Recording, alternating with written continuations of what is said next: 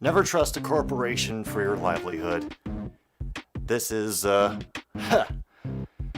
is what I get. Oh, that should definitely be an illegal forward pass because he was over the line.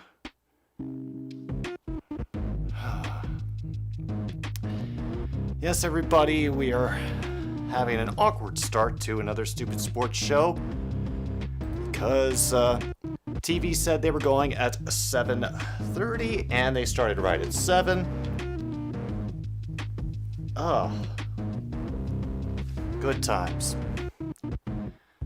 I'm Jim B. Welcome back to another stupid sports show. I hope you all are doing well. Geezer, William, Zach, Jed, glad to have you all here in the chat. We are doing the Birmingham Stallions versus the New Orleans Breakers tonight, the last two undefeated teams in the USFL.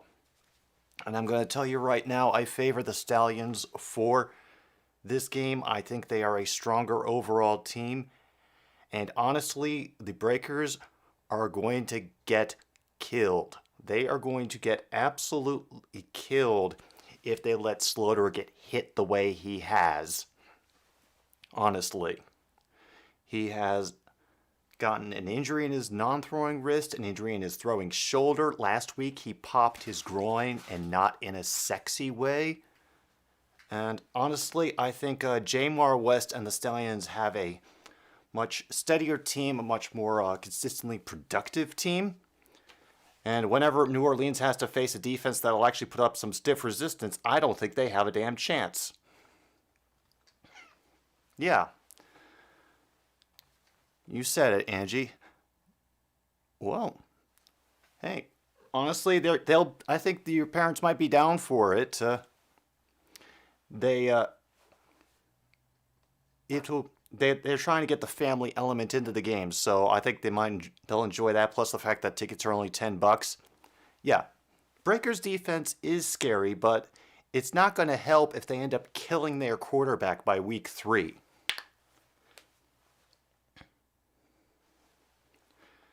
And the first two drives have led to nothing but punts. Instant tackle on that one by Breakers special teams. Number 15 coming in there on the tackle, and the Stallions offense will come out again. Yeah, the game before it went well. It was very close. It is kind of what I expected, honestly, between Houston and Tampa Bay.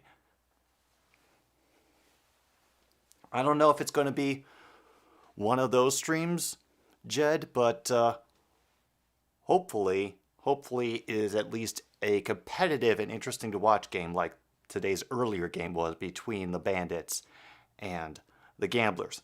The Gamblers looked a lot better, but they still made too many mistakes that the Bandits were able to capitalize on. That defense is keeping them in games. And Houston really doesn't have much of a defense. It was a little better this week, made some important stops when they needed to prevent touchdowns and just let in field goals, but I am not too hopeful for their chances in making it to the playoffs.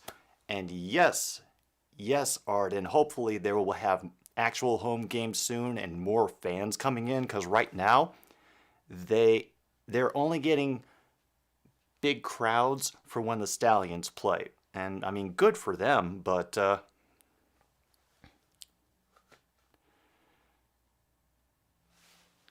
see, $2.10 by the end of this stream for a free edition of It Came from the Dollar Bin before the end of the stream.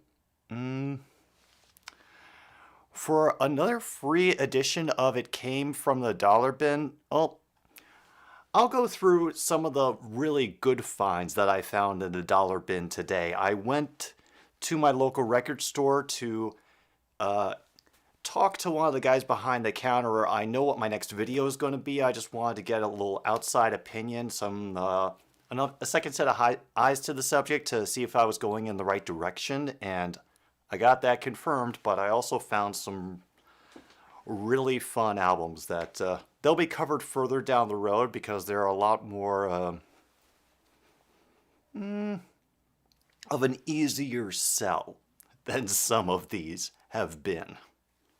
So we'll get to that, but first we will tackle the game in all of its forms. And like I said, I've been excited for this one because I think this is a proof of concept for both teams in this game. The Breakers have to prove that they can be competent against a good defense, and they're not just all defense on their part. And as an immediate hit in the backfield, yeah, the Breakers defense is going to smother them. Fernandez gets the loss of about 4 on that play.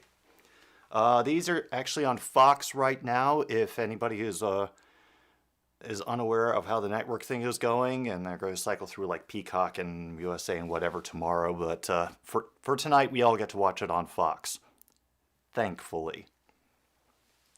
And now we got to Smith out in the shotgun for 2nd and 13. We have a back lined up to his left, 3 receivers out to the right.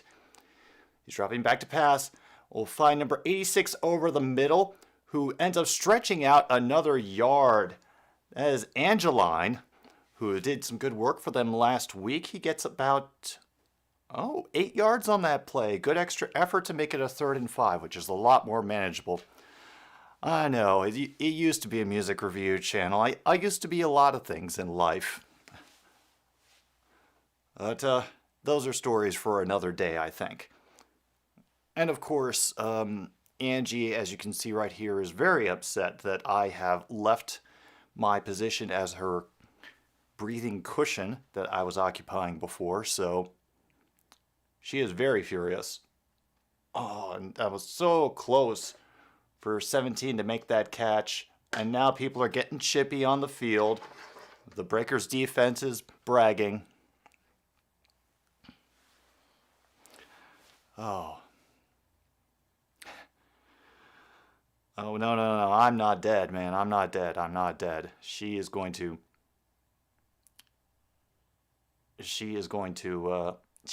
sit here and make using the keyboard and the mouse at the same time very, very difficult.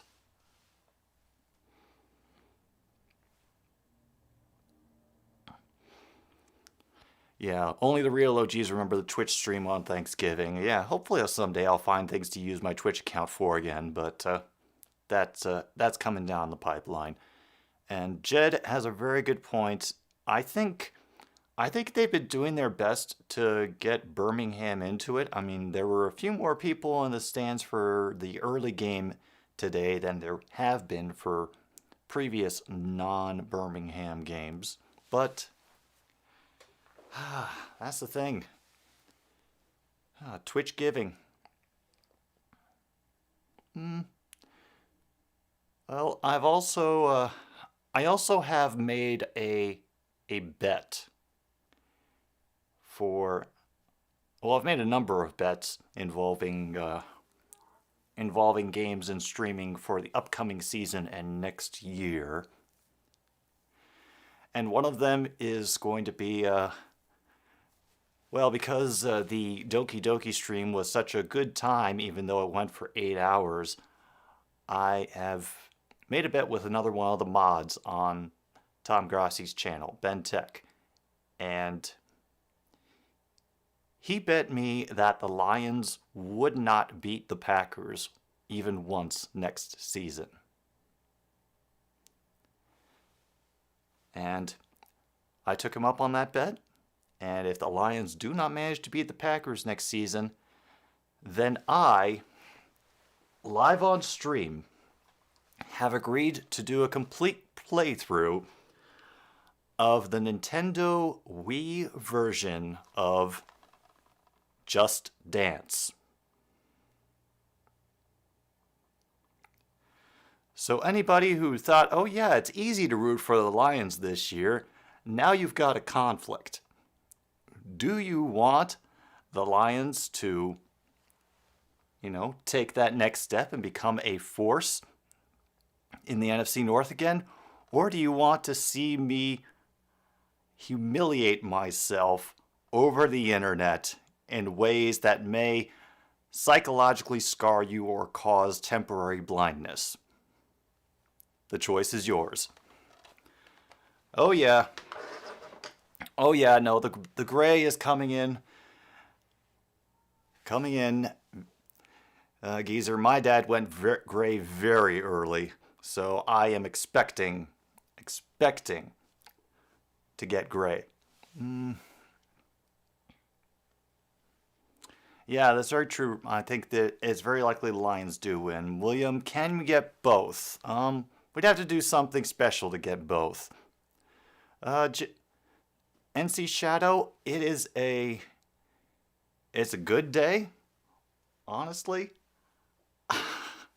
Yeah, it is a good day. I survived all of the tornado warnings and thunderstorms. And house is still standing. I haven't been flooded. There's Slaughter over the middle, caught by number 80, who is into Birmingham Stallions territory. All right.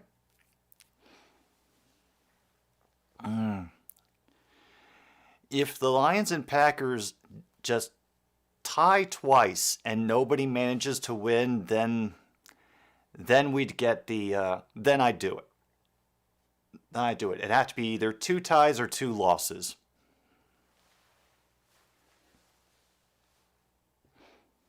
Oh yeah, no. We're going to do as many as we can, Jed. We're going to do as many as we can. Weekend is good. Been kind of keeping up on the draft as best I can, taking other people's words for it because I do not know a lot about college prospects, and so I ascribe to the school of thought nobody knows anything, especially me. So let's see how they actually pan out in the pros. And I know that sometimes it could take a couple of years for that to do so because, Smoke Monday signed with the Saints. Man. All right, we have a handoff on another 1st and 10. Going to be down to the 32 now.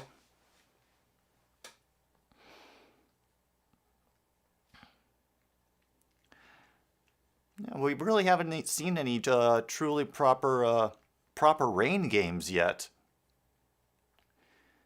It does explain why there's a little more space in the stands, but there are people walking around. Honestly, Geezer, it's just for the weed jokes. And a great tackle for a loss of a couple of yards by number 29 Allen by the Stallions, and of course, a couple of people gaining to Kyle Slaughter in the backfield, as I expected. Dicker the kicker signed with the Rams. All the great names didn't get drafted. Yeah. It can't rain every day, I suppose. If he does indeed smoke teams on Monday, then that will cause, I think, some interesting strategy by their coaching staffs. Yeah. I believe you will. That with how the Giants did on day 1 for the draft, I figured that you were going to just be ecstatic. Oh, fantastic. That program quit again. Love it.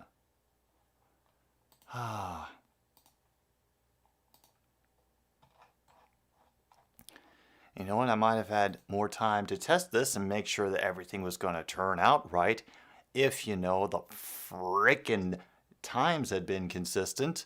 But, hey.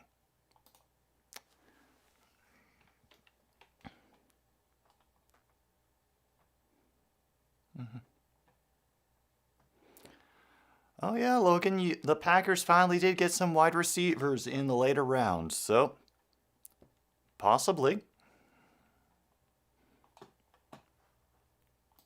Let's hope y'all can do something good with them. Or you find a couple of gems that other people looked over.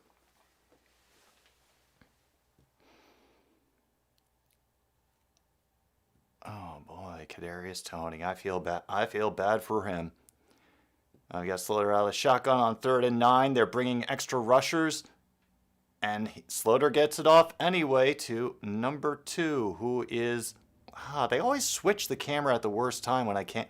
Just as I'm about to see the names. Dixon gets the joy. First one. I was curious.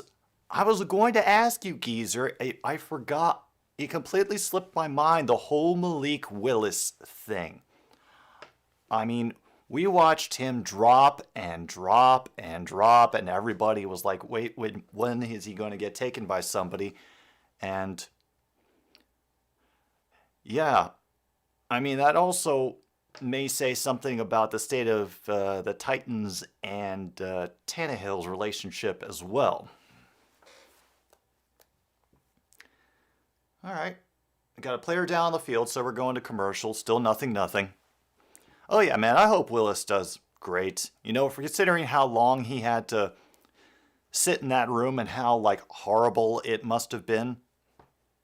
You know, like having a camera in your face the whole time. All right, so there is optimism in the Titans base. Oh, that's right. Logan reminded me. We have new sponsors here on Other Stupid Sports Show. Now, of course, we have our good friends, Super Chill Cream Soda, and of course the ever-present chicken-flavored crackers, which are now mainstays of the Another Stupid Sports Show family. And also AJ Public Enemy #1. I am not surprised. But new sponsor for the first half of Another Stupid Sports Show is Fruity Hoops. I think that says it all, don't you? Remember, Fruity Hoops, probably hard to find because it'll blend in with all the other boxes, but pick it up in your local cereal aisle at your grocery store. Oh, BC Glitch is back, and now Jack is here as well. Fantastic. Getting a lot of people in here already. Welcome back. I'm just enjoying the weekend. I got a full night's sleep last night. I think I even went out and got stuff done today, which was a nice little change of pace. But anyway, yeah, there is more, It Came from the Dollar Bin coming, and like I said, I've been able to find some weird, very interesting things in there, so we've got some fun episodes coming up. AJ Brown saying it wasn't his fault after getting traded was just funny. For the neutral fans, he used the shaggy defense on the way out. Fantastic. Oh, and nearly a touchdown for the Breakers, but the runner trips up before the goal line while Angie puts her claws into my hand to tell me that it needs to stay on the table. Oh. AJ was legit working out with Jalen. Oh, now we're at 1st and goal. Slaughter in the shotgun, back to his right. Well, hello, Limitless. Maybe a handoff. He's going to try to sneak through the pile. And he forces his way. He powers into the end zone for a touchdown. And even if there is a question, honestly, I trust that ball thing that they have, the chip that's inside the ball, more than I trust NFL referees' eyesights. Okay. BC Glitch, great question. Do I think anyone will be drafted from here? Players that I think are definite, at least that keep sticking in my mind. Will Likely, he will definitely get noticed, not only as a safety, but as a punt returner. Now, is it a touchdown yet? Somebody, oh, they're marking him short again. Jeez. That's the second run in a row. So yeah, Will Likely, I said, from the Gamblers. Also, Thompson, the running back from the Gamblers. Dude is impressive. Oh my gosh. Oh my gosh. Did they really get that fumble? Birmingham recovered the ball. Holy crap. Oh, yeah, the local crowd is loving it, man.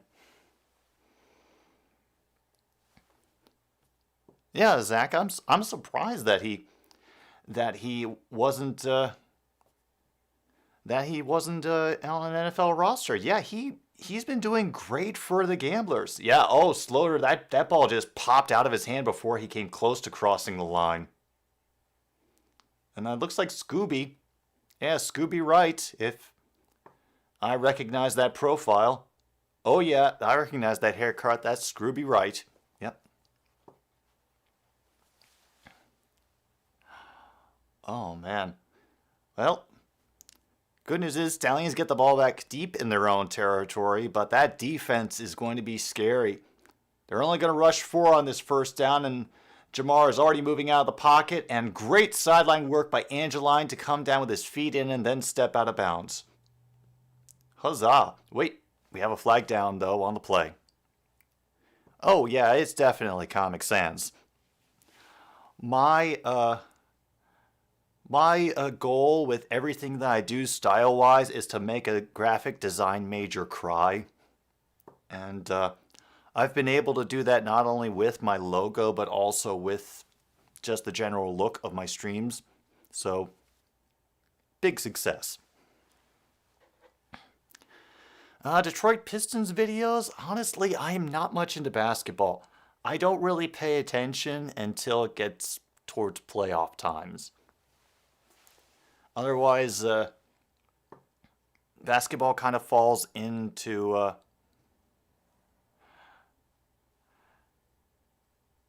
basketball kind of falls into the same realm as baseball. Like, I can appreciate the sport, but there's just too many games that get played. I'll care more when the playoffs are here. I made Kirsten cry drawing happy faces on that Titan versus Patriots stream. Yeah.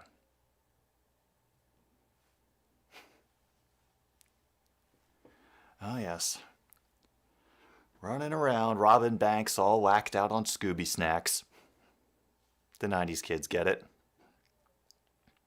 Jamar back to pass. They're doing a great job protecting him so far, and they're attacking the edges of this New Orleans Breakers defense. I think they're just trying to stretch them out and wear them out, which, good strategy. It's sort of a flip of what the Breakers did to defeat the Bandits in Week 2, which was play fast and get the big guys on the Tampa Bay defense worn out within 2 drives, so they kept having to play from behind. Oh, and there's contact on that play. They definitely got to Jamar on that one. Decent defense from Jones on the Breakers. Incomplete. Is now 4th and 4. But Jamar gets right back up. They're not out of this yet. So this is a defensive battle right now. And like I said, nobody makes a big deal of Birmingham's defense, but I've seen them make some impressive plays over the past 2 weeks. I can remember very little of them because, like I said, my mind is swiftly going.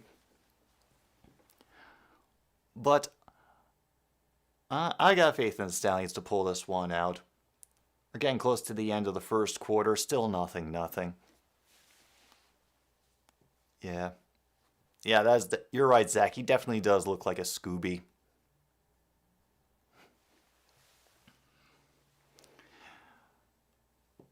Oh, this is difficult. Like I mentioned, Angie is laying right here on this table where my mouse and my keyboard are. And now she has switched positions to right in front of the keyboard. And now is moving over toward the mouse because why should things be easy? We're still waiting on commercials. All right. While I'm here and while I'm remembering it, I might as well give you all, because I'm pretty sure not everybody has watched every game of the USFL like I have, because sometimes it's friggin' impossible. So quick up to this point rankings off of the top of my head for all of the teams in the USFL. At the bottom, number 8, the Michigan Panthers. It's every Jeff Fisher team that you've ever seen, and I feel bad for Shea Patterson. Number 7 is the Tampa Bay Bandits because now the formula to beat them is very clear. Wear them out, force them to play from behind and play aggressive, and capitalize on their mistakes and their exhaustion. Number 6 is actually the Pittsburgh Maulers. Even though they haven't won any games and Tampa Bay has, I think they're the most improved team last week. I could see them becoming dangerous, especially with Groshek in their backfield and Gaither as a surprisingly nimble receiver. Number 5, the Houston Gamblers. They have a good offense. They just need to up the defense, and Thorson needs to calm down in the pocket. Number 4, the Stars. I think they are a dark horse. They play with tenacity. They remind me of a certain Dan Campbell coach team. Number 3, the Breakers. Smothering defense, but with how much they allow people to get to Slaughter, I don't trust him to stay healthy for long. Number 2, the Generals, because they've got the best O-line in the whole league, I think, and Luis Perez is impressive. And number 1, Birmingham Stallions. I think they are just overall the strongest, most consistent team, and they have a lot of great weapons on offense, including Bolden. I am excited to see how all of these teams switching up and playing each other unfolds over the next 2 weeks. Oh, we're back to 2nd and 10 now. Slaughter out of the shotgun. There goes the pressure, and he gets hit again. And we got a big man reception. It bounced off of the intended receiver, and 67 of the Breakers picked it up. Yeah. Oh, that's going to be fine because it hit an eligible receiver. It bounced off of his back, and that became okay for the lineman to grab it. Cool. Oh, and now we have a flag. Why would we have a flag, though?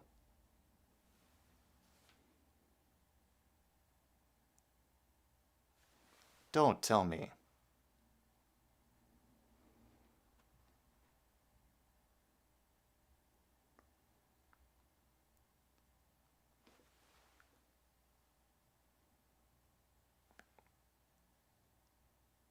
Oh, it was official stoppage for an injury, but yet there's still a flag on the field. Answers are coming through all the time, as we can see. Oh. Yeah.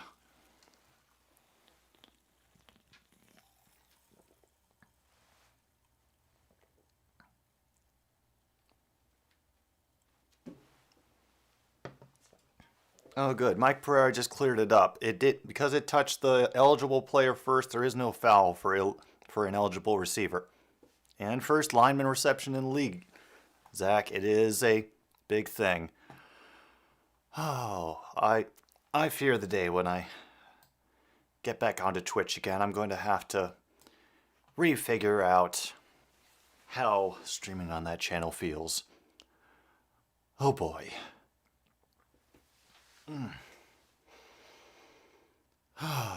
All right. I think I'm settled down now. I think I am settled down from my rage starting that I had to do at the top of the hour.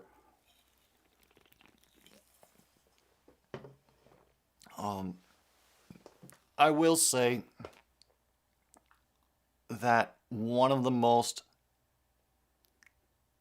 hilarious things from the draft so far, a number of people were in mod chat for it, and we were keeping an eye on things, to make sure everything didn't get too out of control and crazy. Did a couple times, but we were able to tamp it down pretty quickly. But the amount of smack talk going on, and especially between, of all people, the Saints fan Inject and the Vikings fan Adam, just endless entertainment on this end. You know what I'm saying? Oh. Really makes up for the fact that I was asking after every pick, all right, who is he and is that a good thing? Because like I said, not really concentrating on the college thing. That's a lot more work for something that is important, but I wouldn't really enjoy researching it, especially when I've got so many vinyl records to look through. Priorities.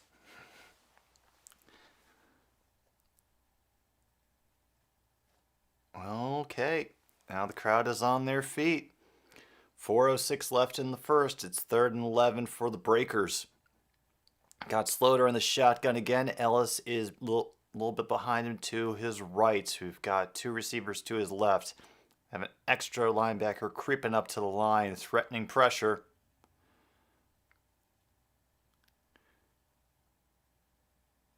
Picked up blitz and he throws it away early at the feet of number 80. Incomplete. Turnover on downs.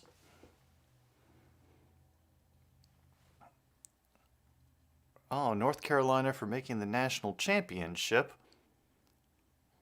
May not have won, but they're the winner in our hearts. Oh God. Now I know the weeks have become a blur because I do not know which national championship Geezer is referring to, but as soon as he says it, I will feel like a moron.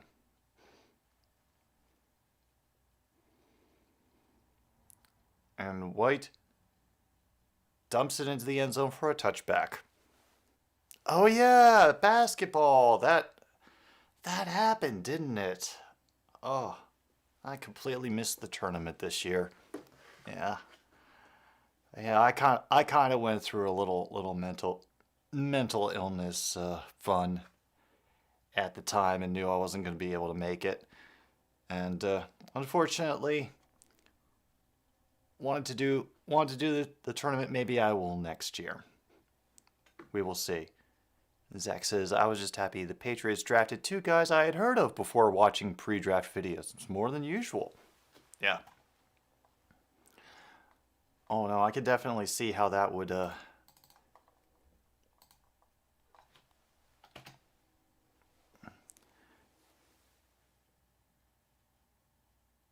and another timeout by the Breakers? Their second timeout. Huh. Yeah, I'm doing better now.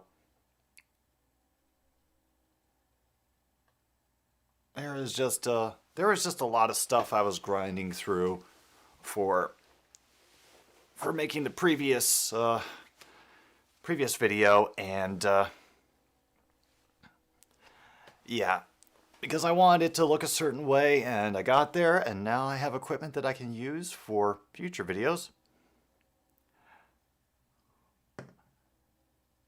Let's see, BC Glitch, yes, Angie, I hear you. Do you think this year will last more than a year? No, I think it'll only be about 14 months. It'll be an improvement.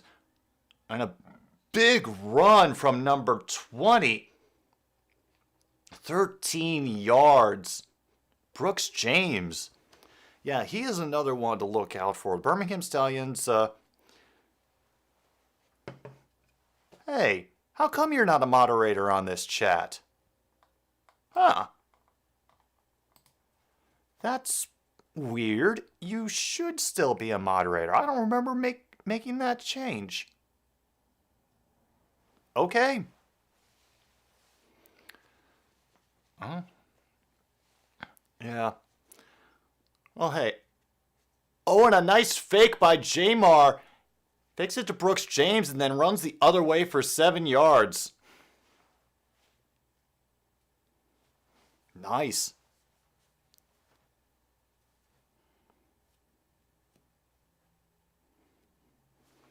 Oh, and Inject is here to root for the Breakers.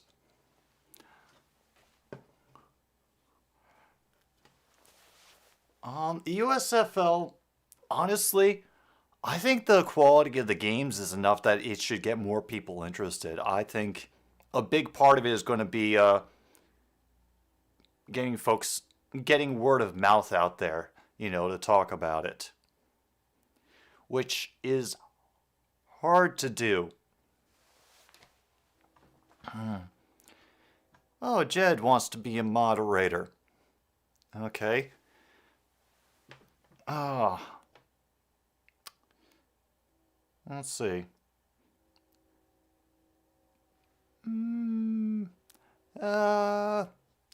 Rest of chat, what do you think? Should Jed be a moderator? Well, here we are now at 3rd and 4. Jamar in shotgun. 3 receivers to his left.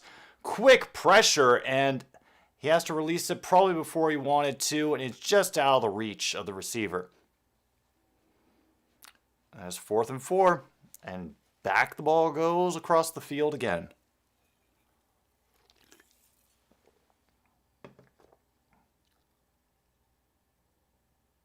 Woo!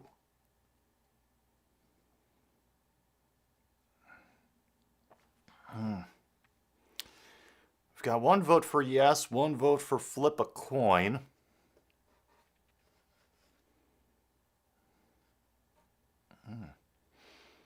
Oh, that's tough. And all the numbers have dropped, apparently.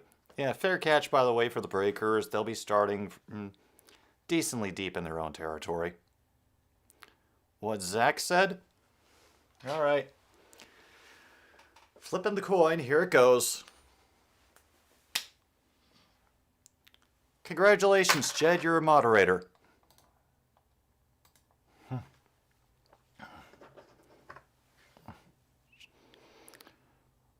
Yeah, I would say it's a good grade. Considering the aggressive trade-ups that they made to get 2 great players, Hutchinson and Williams, I think that is going to be a big help. Hopefully they're able to find more depth pieces in the draft. I'll have to talk to other people to get a little bit more information about that because they know more than I do and know where to look for these things and how to evaluate them. Another quick run from the Breakers, and 31 Ellis gets out past the first down marker up to about the 25-yard line.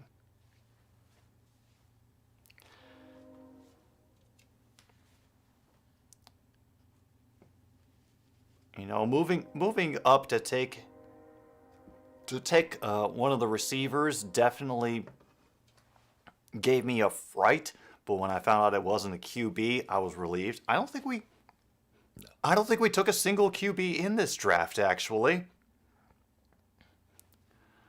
And yeah, we just picked up a couple positions and covered a lot of defense.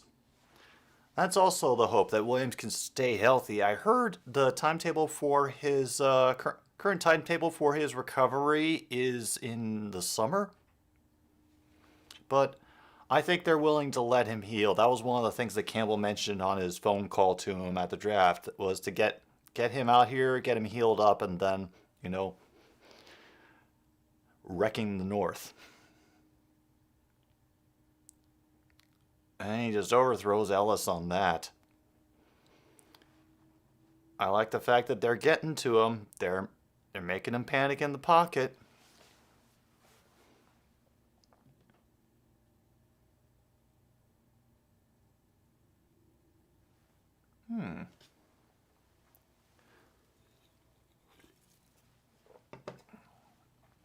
Oh boy, 3rd and 8 now.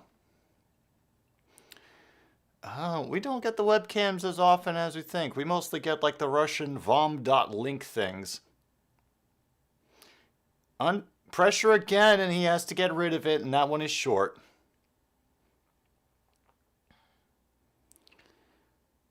We know Stokes or Jair will be able to keep up with Williams' easy.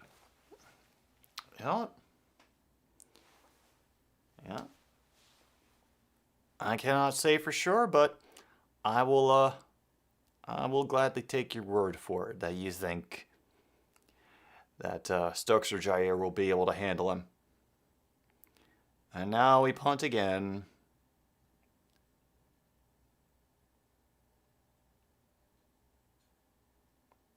And Victor Bolden gets an arm around the neck by number 5 and dragged out of bounds. True North, I'm chilling here with, my usual accoutrement. A lot of the usual gang is here to enjoy the USFL and, talk through the nonsense. Yeah. Yeah, you'll know it when you see it, Jed.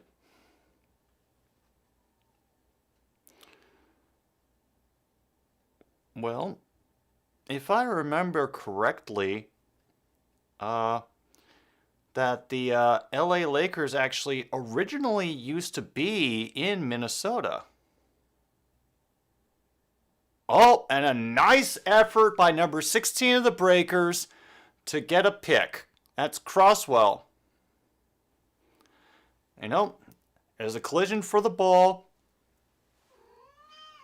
Let's see. Oh, yeah. Off the hands of Angeline. He goes for it once, bounces off of Angeline, and nice diving grab. Yeah, that was a great play, wasn't it, Angie? And you have food out there, so I know that can't be it.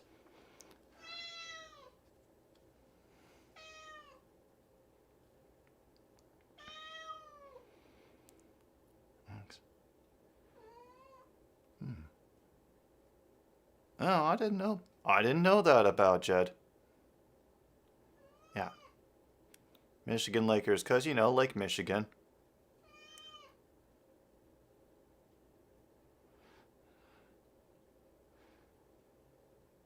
I mean, if we really wanted to go something that would be the spirit of, Michigan and the lake, I would have voted for the Michigan Edmund Fitzgeralds, but I'm also a little bit of a history nerd.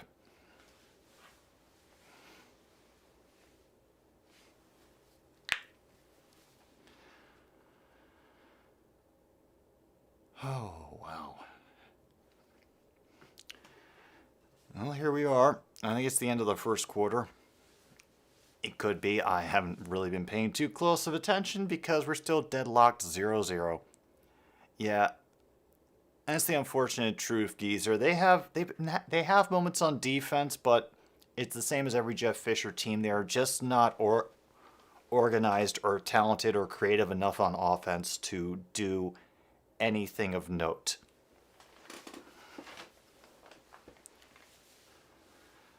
The fact that they kept things as close as they did in their first game is that much more shocking to me. And I am only a bit scared about how they're going to do tomorrow, because I've kind of resigned them to failure for this season.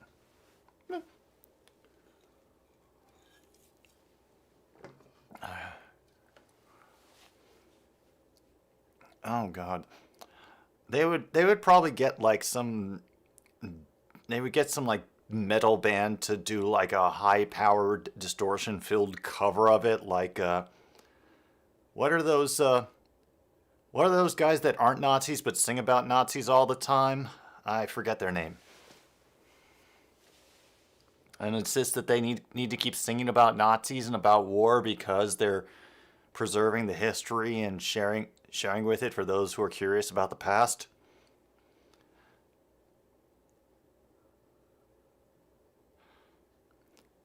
The Gamblers. What's the Geezer? What does the rest of the Gamblers' schedule look like?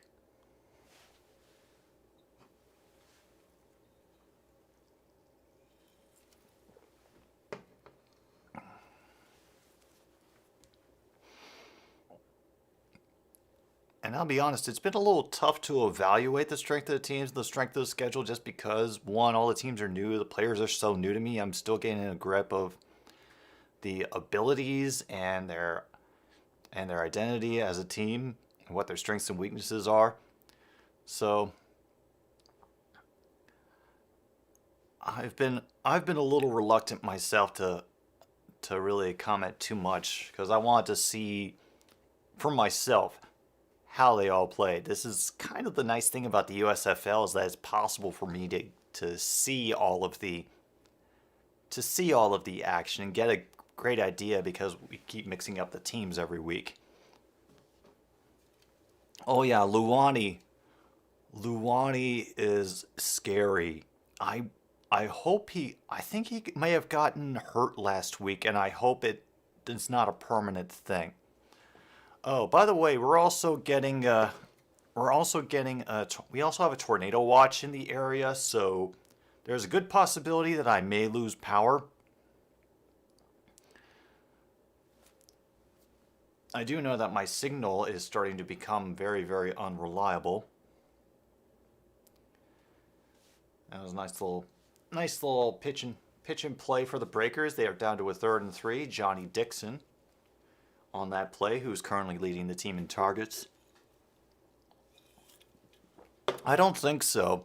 I think they use like the generic modern Jock Jams entrance music, whatever it is these days. I don't know.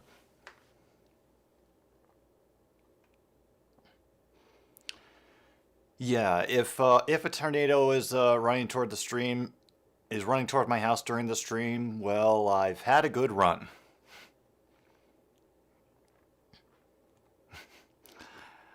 Oh, and Logan just bringing in all the sponsors out of the woodwork. Feldco windows, and now the jingle is in my head. Oh, great. And hopefully, True North, we won't go back into the black loop screen.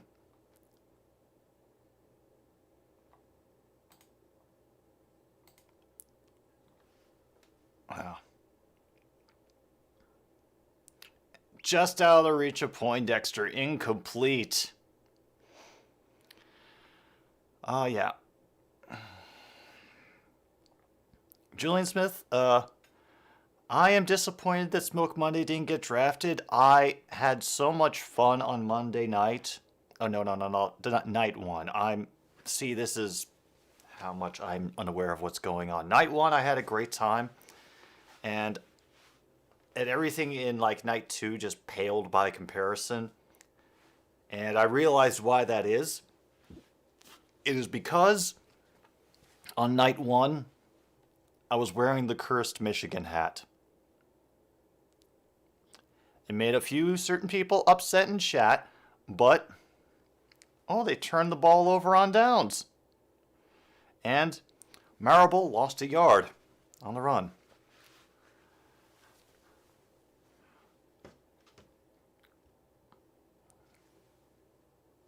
Oh man, no, I don't think I'd be sponsored by Clorox. I don't really use bleach for anything these days.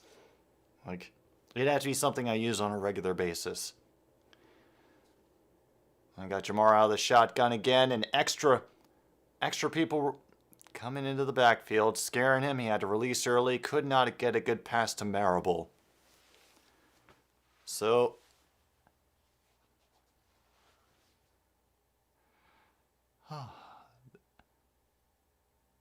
right now this game is just a straight deadlock and not even an exciting way. Oh, I had an Amazon Alexa, but I got tired of it activating all the time, so I unplugged it, and I eventually just got rid of it. Welcome, J-Tav. Glad you can make it to the stream. And he overthrows Williams that time. And Jamar's not having a great night. Oh. And Winfrey, Julian, refresh my memory. Who or what is Winfrey?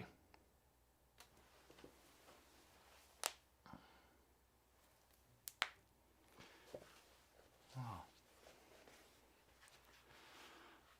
Yeah, also, the Alexa is also a Seahawks fan. Odd. Is Oprah even still around? Like, I kind of knew that she still existed because when I was living in Chicago, everybody knew the location of Harpo Studios. It was in some random building in the West Loop that used to be like a meatpacking building. A lot of buildings in the West Loop used to be meatpacking buildings, and now it's all friggin' gentrified apartments and high-end restaurants that I can't afford to eat at. JTAB, the Eagles draft. I am a fan of how aggressive they were. I love the fact that they kept trading up to try to get as many quality players as possible. I am excited to see what they do with this season. I think they have a good chance of scaring people, especially the Cowboys. And I don't know about winning the draft, True North, but they did pretty well. The Vikings, I don't pretend to know what's going on in their head. Chicago, enter fully healthy, exit with at least one gunshot or life-changing experience. Never got the gunshot, but life-changing experiences, oh, baby. Let's see. Perrion Winfrey, defensive tackle from Georgia. Best pass runner out of any of the defensive tackles, and you got him in the 4th. Senior Bowl VP. Cool. Hey, good piece on that defensive line. Good for you guys. I mean, my overall impression of the draft is that the majority of teams were making good decisions. There were some exceptions, of course. There is a general cry of what when the Falcons drafted a receiver. But I guess we just kind of expect those sorts of things from the Falcons these days. I'll probably pay attention more, JTAV, once it gets closer to the finals. Right now, I'm more up to date on the Bucks and the Timberwolves, just because, you know, we've got the Packers and Vikings fans who are, you know, keeping everybody up to date on those things. Oh yeah, no, the rounds 1 and 2 were absolutely nuts, and Drake London. I'll take your word that that's the shocker of the draft. I was just amazed at how far George Pickett fell. Because people really wanted to be sure. After a 5-yard run is another 6 yards on the ground for number 31, and the chains will move. Thank you again, Williams. And welcome back, Angie. I know you're glad to be here. And once again, I'm glad that you guys are here. I really am. It still amazes me that people come to this stream to watch this stuff. And I'll be honest, you guys are really helping me right now because this game has been kind of boring. Oh, it's Ellis. Sorry, Ellis is number 31 for the Breakers. He picks up 3 on that run up the middle, by the way.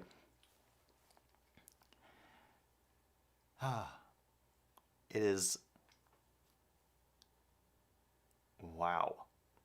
The Falcons drafted Troy Anderson, the guy with the legit 1 million accolades and probably is better at basketball than he is football.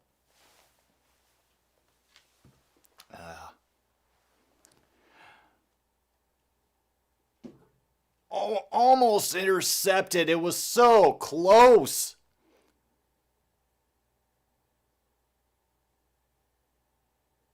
Allen almost picked off Poindexter right near the 1st-yard marker. Oh, so close.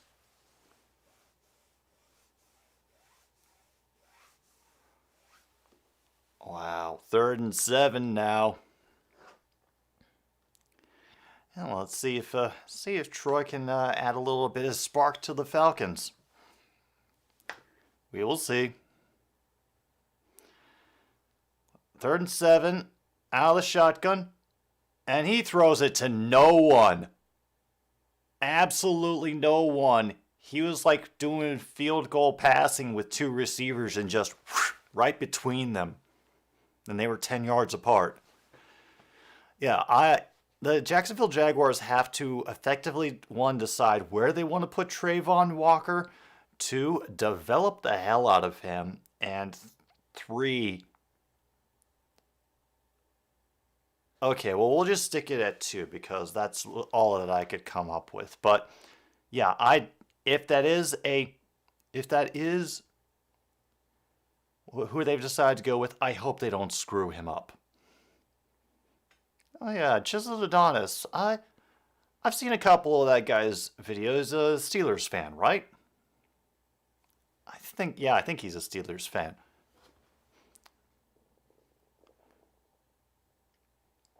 And Geezer is high on Nakobe Dean.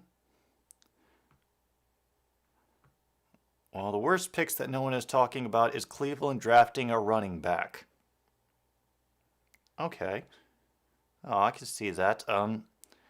Julian, what are any contracts for the running backs going to be up soon? Because there's Nick Chubb and Kareem Hunt on the Browns. Are any of them expected to be out of there? And Hassan Haskins for the Titans. Once again, no clue who is the Hassan Haskins. And yeah, like the injury worries about Nakobe Dean, I think really did him in. But he eventually did get picked by somebody. I forget who, but it was somebody that not too many people were happy with. Oh, Hassan Haskins. Oh, right. I remember that guy. Yeah, from the one college football game I watched last season, which was Michigan-Ohio State. Yeah, I'm not exactly the best Michigan fan.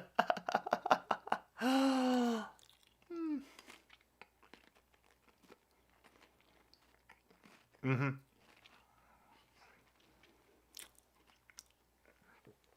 That might be it, Julian. The Browns might be thinking ahead to look for a replacement for Kareem Hunt.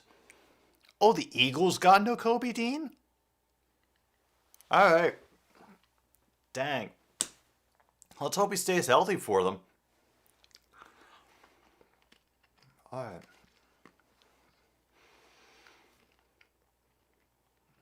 Kenneth Walker to the Seahawks. Now, I know the name, and I will feel stupid as soon as I look it up. Oh, running back. Yeah. I am a little confused about the Kenneth Walker pick. I don't know, maybe they figure Carson is going to want buco bucks. They don't want to pay it.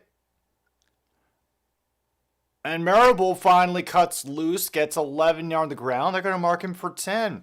First down.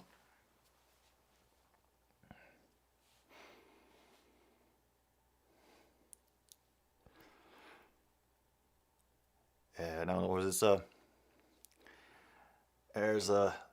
there's no need to get too hung up on the college football rivalries. Because who knows how long they will survive unless they're really entrenched like Michigan, Ohio State. Hell, the Tar Heels and the Gamecocks used to be fierce rivals, but then they weren't in the same division anymore, and that's kind of just petered out over the years. There's really no longer a battle for the Carolinas. Marable gets hit hard at the line of scrimmage, but will get a yard through the grace of the Zebras.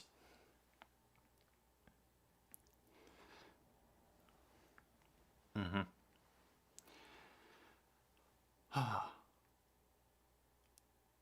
Let's see. Malik Willis, Traylon Burks, or Hassan Haskins?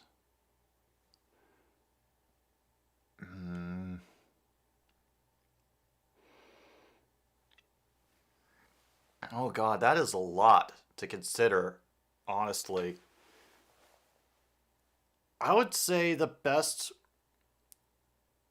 a geezer, you could probably answer the question for me. Have there been a lot of changes to the Titans' offensive line in this offseason? All right. Hey, not knocking it, Julian. Ohio is definitely a state so far as I know.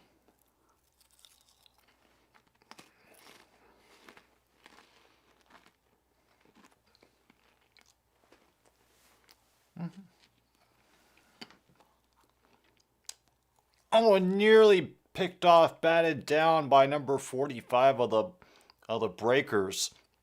A nice defensive play there.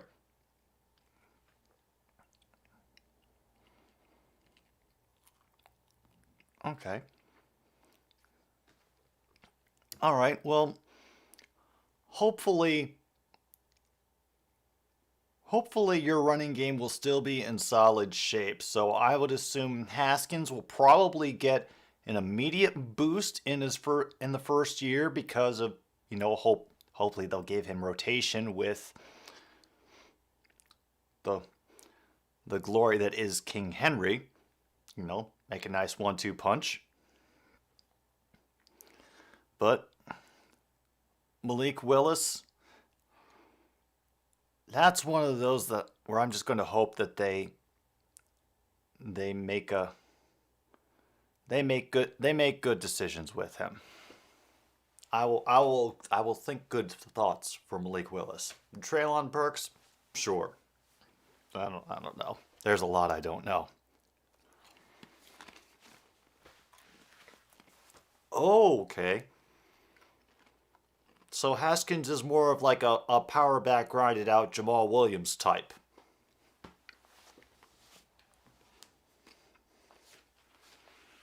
We got a third down conversion from the Stallions. It is now 1st and 10. 8:37 to go in the second, and they are across midfield in Breakers territory. Oh, great play! Up the middle, 17 is dodging backs. He escapes 2 tackles and runs in for a touchdown. Williams touchdown, Stallions. Marlon Williams with some fantastic dodging and a great call by Jamar Smith, wonderfully avoiding the pressure with that quick dump off and just finding the right route right up the middle. Oh. Yeah. Yep, quick dump off to 17 right up the middle. And because they brought so many people there, he doesn't have as many to dodge. And some fantastic help by the blocking, especially number 91 for the Stallions. Oh my goodness. Oh, that was just beautiful. That was just beautiful. That was the first blow landed. What has been a very, very tight back and forth game. Point after is good. And wow, I didn't think I was going to get to the scoreboard tonight at this rate, but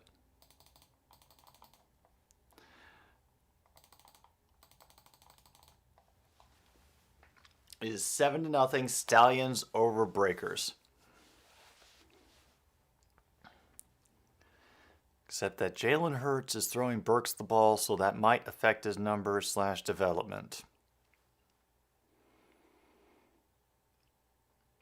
I thought, True North, I thought Burks had gone to the Titans. That's how they got the pick for Burks, was sending A.J. Brown to the Eagles. Was I wrong about that? Because if I was, I will gladly be corrected.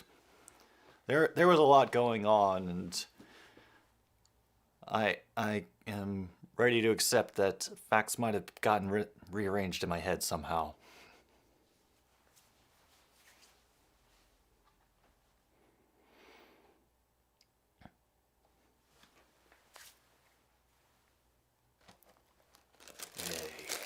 Well, our first score of the game. And I think, honestly, the Stallions were very lucky. They got lucky. They found the right play at the right time. And, yeah, Let's see if the Breakers can respond. Okay, he is with the Titans. All right. Good to know. I think, yeah. I think he should be a little better off with Tannehill because Tannehill at least has some experience and probably some knowledge that he can pass on to him in a way.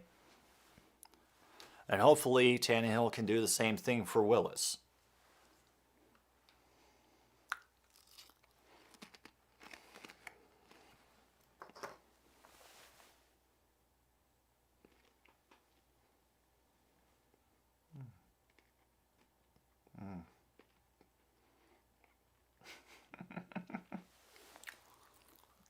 Oh, J.R. Smith is just looking happy and confident on that sideline.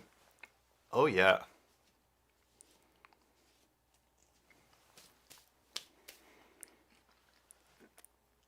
Oh, fireworks night next Saturday in Birmingham.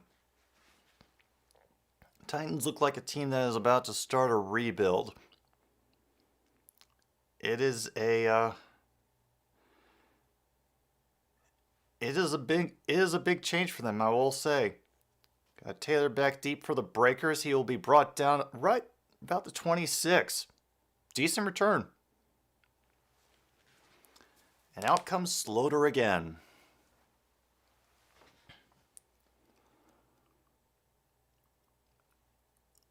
Wait a minute. Whoa. Friday's game starting at 10? What, like 10 in the morning? Because... Okay. That makes sense. Because Friday night is high school football night traditionally. And they don't want to compete with the high school football. Especially in areas like this where that has been the football for a while. And Slaughter gets sacked.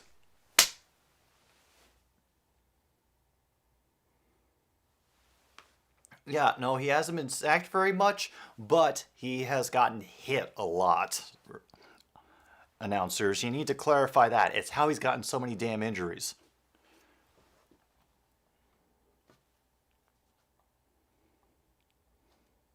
$10 p.m. Yeah, 10 p.m. They're definitely doing that to... Oh, batted up in the air by number 55, Newsome. He almost had a pick six. Yeah.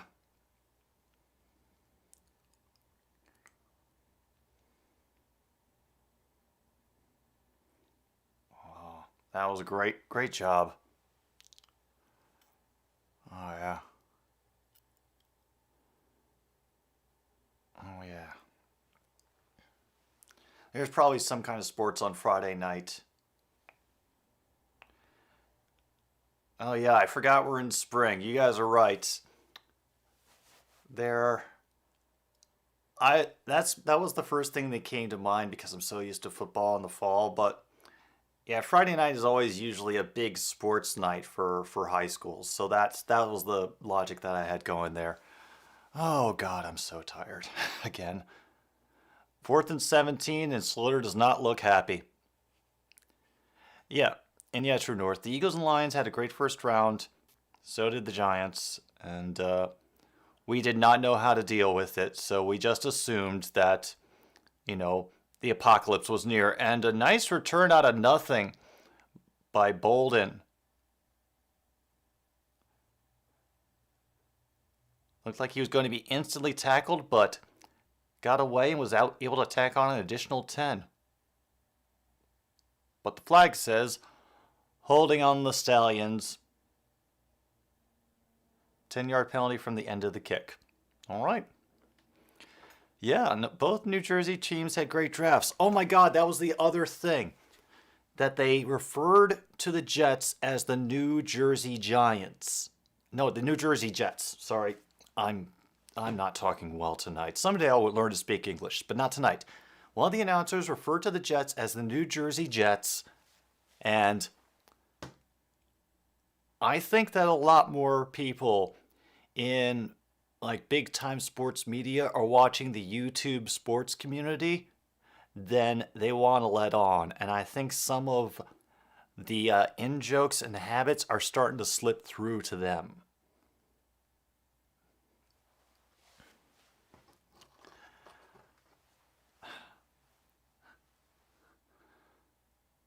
Sometimes it's nice to be at the beginning of a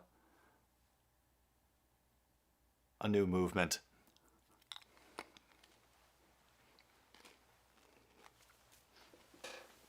Good idea, True North. Medium-sized sodas for everyone.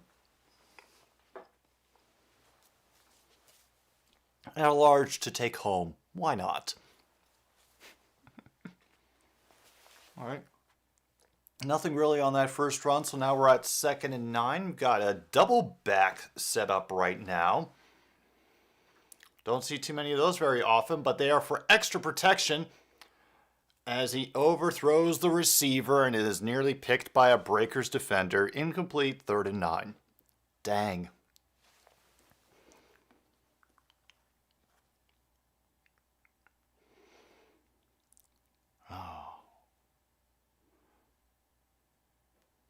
Down to 6:37 to go here in the first half. And the Stallions coach does not look happy.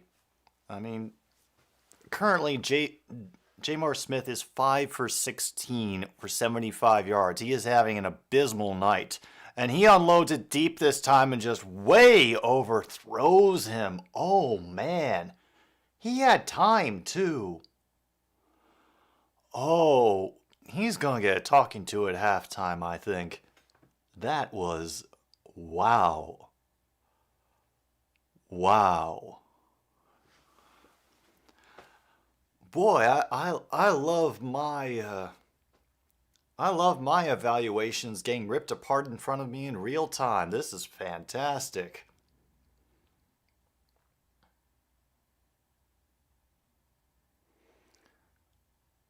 Oh, and that's a nice punt. It'll be down at about the 15 by Mills. Wadman getting high fives from everybody else on the bench. We'll see if the Breakers can even up the score before halftime.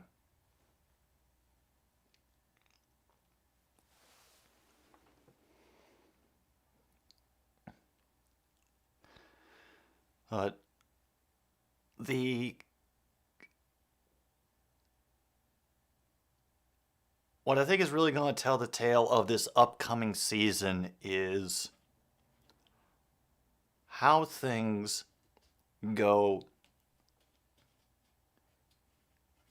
in the preseason. Honestly, I'm really interested in how these new people do in the preseason when they actually get onto the football field, and see if they're actually meshing with their new teams. Yes, True North. I did see that gif of that wasn't teabag. That was just straight up Kama Sutra on the field. I'm like,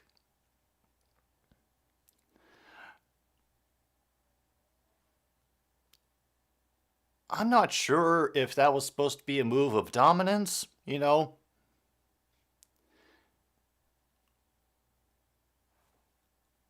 Then again,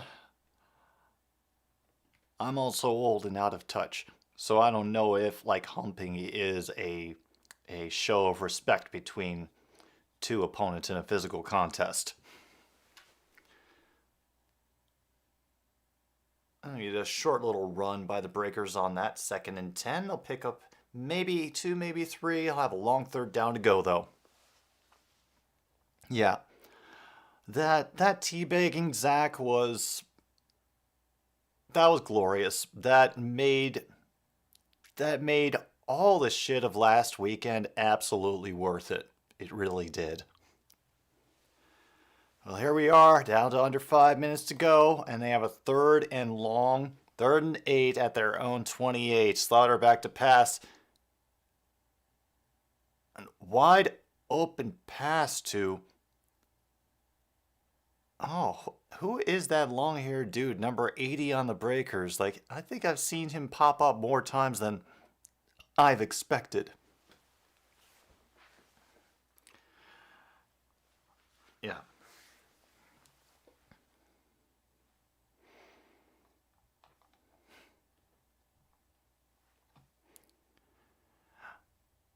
Oh yeah, well, True North, it happened last week, and I'm sure that there will be many more, let's just say, strange displays of dominance that we can expect out of these guys. Oh, and now Newsom is on his knees being tended to by medical staff.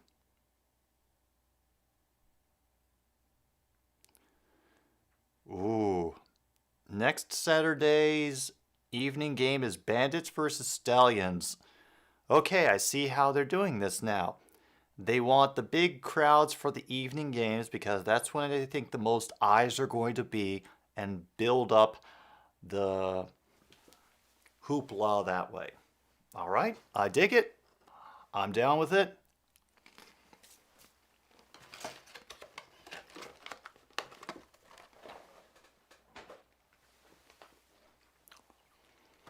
Only barely 250 yards of total offense between both teams in this first half. Here we are. They did get a fresh set of downs, so it's 1st and 10 for the Breakers. Nice hand up off the middle. And runs right into a wall of players. We'll have about 6. Another quick shout out to our first half sponsor for another stupid sports show, Fruity Hoops cereal. Quick snap out of the shotgun, 2nd and 3, and now they'll be down to 1 now.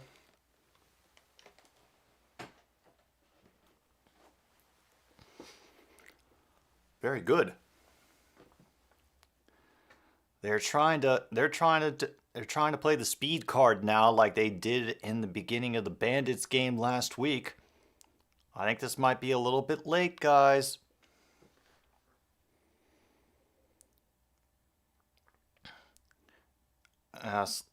Slaughter is back in the shotgun again. I don't think I've seen him get behind center for one snap this game. Meanwhile, the runner gets a first down with a pickup of 4.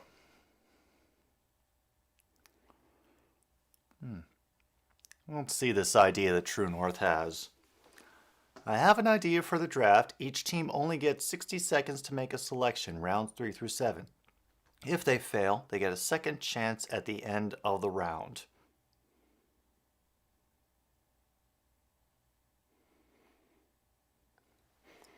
All right.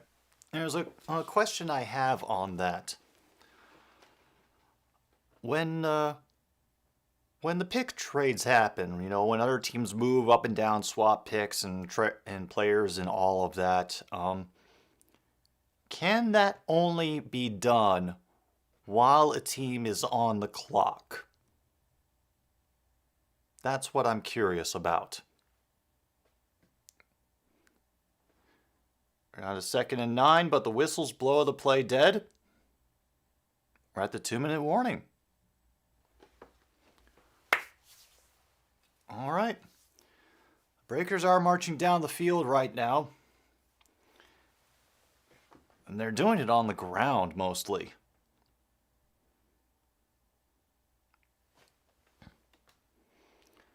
Yeah.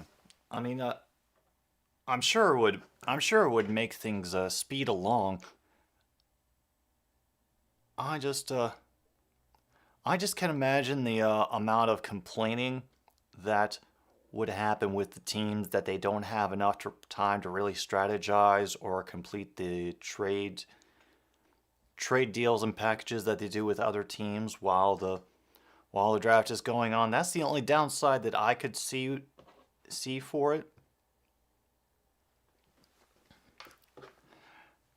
And then again, rounds 3 through 7, because even trades now are made in advance. Oh, see? Did not know that. See Vikings Packers trade in round 2. So essentially, True North, what you're telling me is that the 10-minute, like 6-minute waiting periods of the first and second round, that's essentially all just spectacle for the performance. It doesn't really need to be there except to sell the drama. Well, ooh, I feel let down. And damn, we're out of Super Chill Cream Soda. How are we going to fix this? Oh, I know.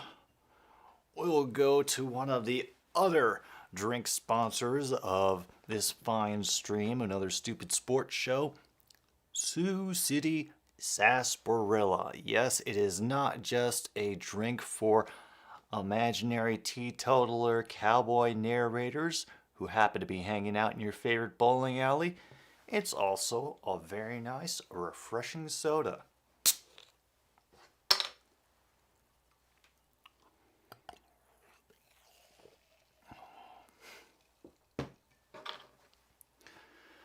I'm enjoying this far too much. Well, here we are now again. The crowd is banging on the walls and screaming and cheering. All the young kids are getting into it, which is awesome. I love it. Second and 9, and they did not get the playoff.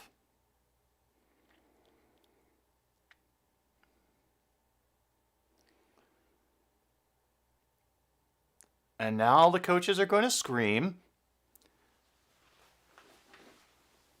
Delay of game, offense.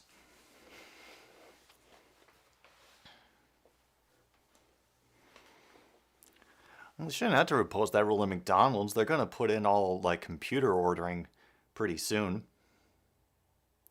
And a great tip at the line by number 47, Gates.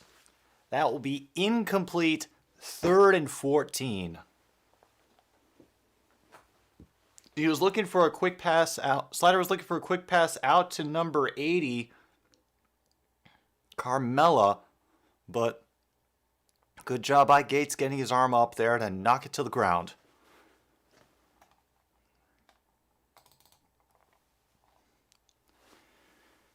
Here we go. Slaughter once again in shotgun. 4 wide receivers out, 3 to his left. And he gets hit once again. And, oh man, great job by Dixon to catch that ball even after he gets slapped.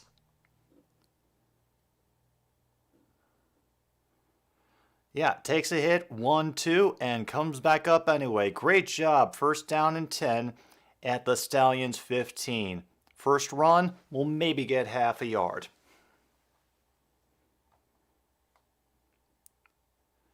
And remember, folks, first downs in the last 2 minutes of a half makes the clock stop. So this will be just a little bit longer than we're used to. And now we're at 2nd and 9, and now the clock is stopped anyway, because why not?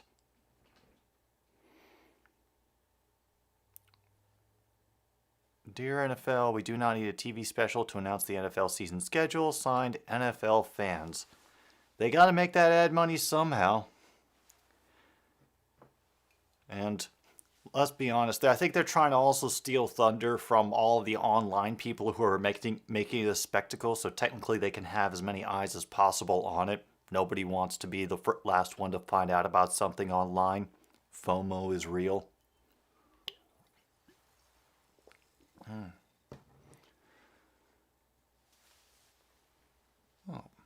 Snug right 62, Speedo Pico. Okay. That's the call that they're getting right now. Don't know what it means. Let's see if it does something good for them.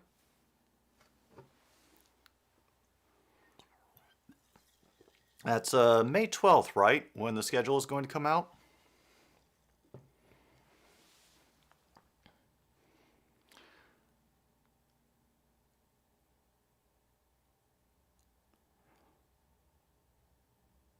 Well, Birmingham timed out that time. And Carmella shoved out of bounds after a gain of about 3 or 4. Now they're calling trips right. I've heard that before. I don't know what it means. I've already forgotten it.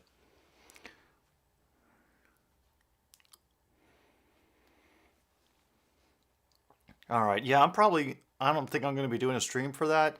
Just because all the other bigger channels are going to do it, and there's only so much that I can add that they won't already say. Well, we've got Dixon in motion down to the near side. Slaughter in the shotgun again. Oh, Dixon with a great extension on the end of that play for a touchdown. Damn. Damn, that was good. The crowd's not happy, but New Orleans is on the board now.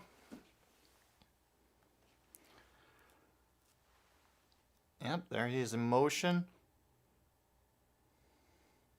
And then he just stops dead at the 2-yard line. Defender meets him and he twists and stretches just far enough. Wow. Great job by him on that play. And they missed the point after attempt. It may have been tipped at the line.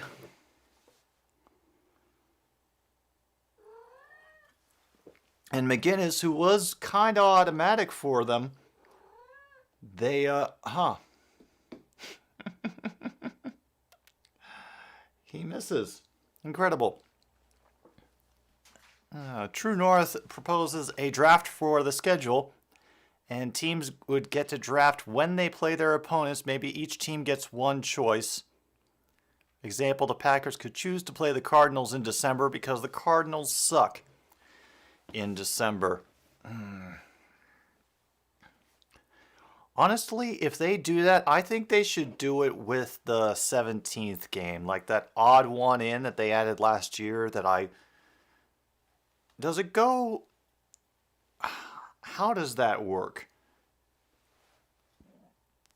Is it the team that was the same seed as you in the opposite conference? Is that always what the 17th game is?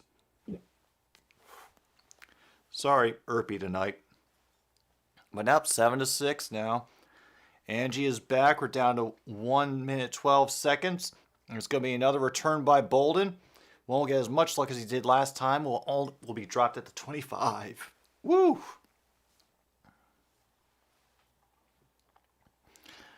Yeah, I think...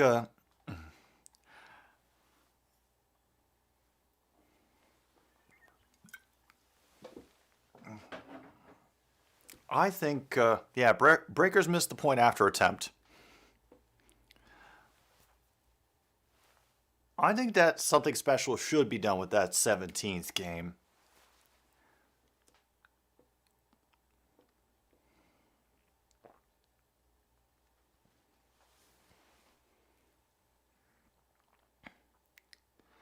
Honestly, I think the scheduling has gotten better over the years, especially when they started putting a lot of division games at the end, because more often than not, it will affect playoff seeding and bring up a lot of games where division rivals can play spoiler to each other, which is really fun to watch.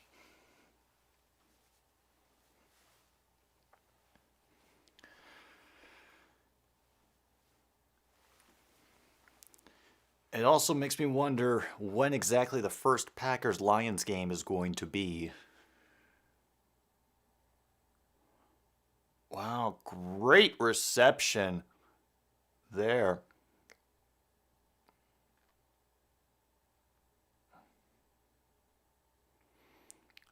Catch by Bolden for the first down. He gets them up quickly to the line with a no-huddle offense. And very tight coverage by number 22 on the Breakers. Incomplete. Clock stops with 48 seconds to go.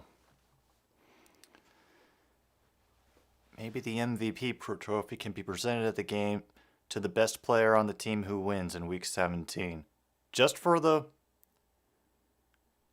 Week 17 game, Geezer? Yeah. Oh yeah, no, we wouldn't choose who they play because everyone would choose to play the NFC least, but they could choose when they play one team.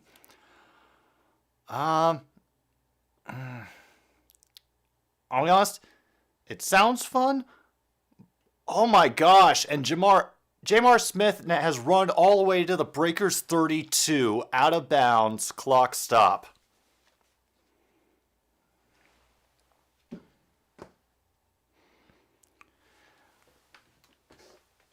I don't know. I have a feeling it might end up like Reservoir Dogs, is that you can't get anybody to agree on everything because they all want to play on this 1 week. They'd have to organize the buys around that as well. You know, can't get anybody to agree on everything because everybody wants to be named Mr. Black as their code name. That sort of thing. Another draw play. They're able to peel off 5 yards before the game stopped up the middle. And Birmingham calls their second timeout.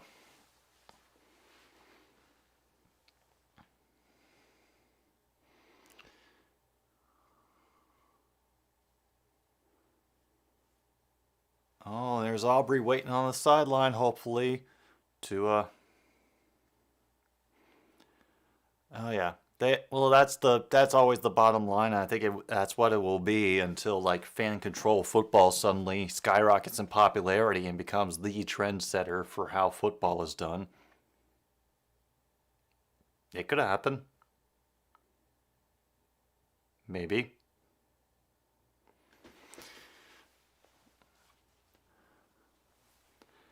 Oh, here we go. 2nd and 5.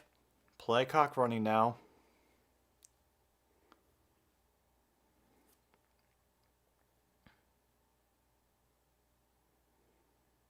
Crowd is getting riled up. Jamar in the shotgun, 2 receivers to each side of him. Marable. Bolden ran around and is now going to be half a yard short. They're going to have to burn their last timeout. Oh. He tried to get cute with a big loop to try to run around the defender, and it just ended up wasting time.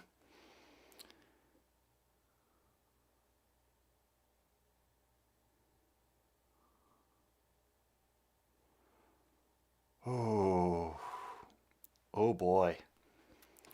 Now we're down to 25 seconds. Nope. Only New Orleans has a timeout left.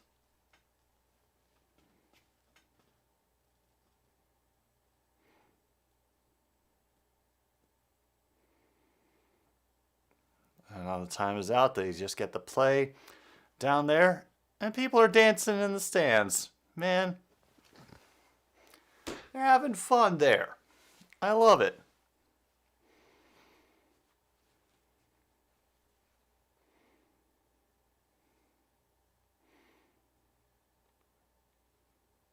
All right. Marable gets the first down on that catch, runs out of bounds near the 15. Fantastic. They'll have some time to huddle as the clock stops at 21 seconds.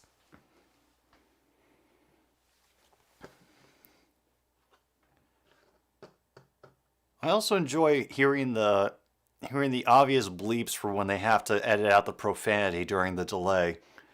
Oh, it brings me such joy. 15-yard line, 2 seconds on the clock. They get it off. Extra pressure coming out the middle. West unloads to an empty end zone. Incomplete. 17 seconds, 2nd and 10.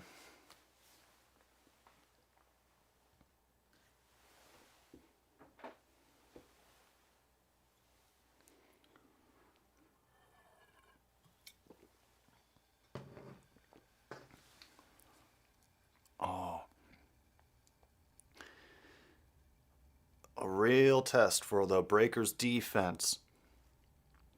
Can they make something happen that will keep Birmingham from extending the lead at the end of the first half?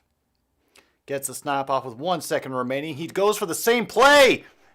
Just off the fingertips of Angeline. 12 seconds to go, 3rd and 10.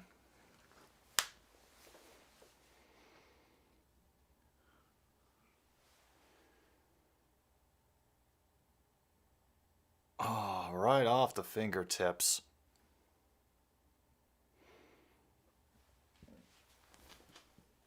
shoot.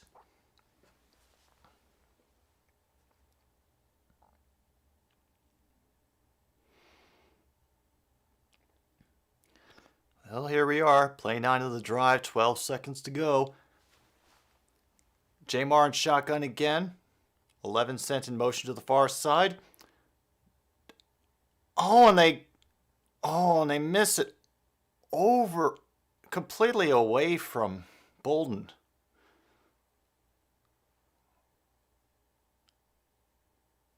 So what's happening? Well, here comes Aubrey. Field goal attempt now.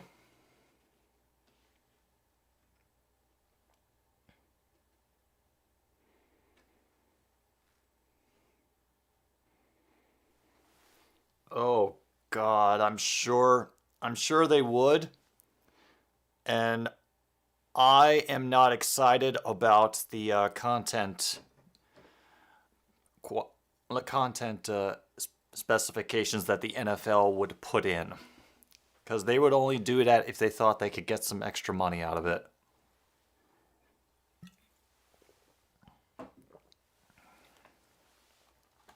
I was unaware that 5 Points was doing Major League broadcasts. Has that been a thing for a while now, or what's up with that?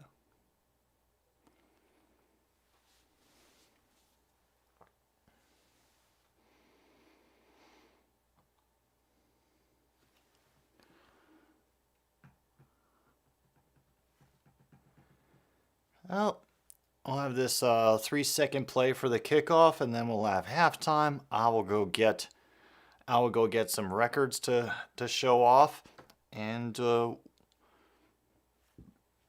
just keep chilling the way we do. But of course, they got to keep up the talking for as long as possible. Make sure they fit that runtime precisely. Dollars, dollars, dollars.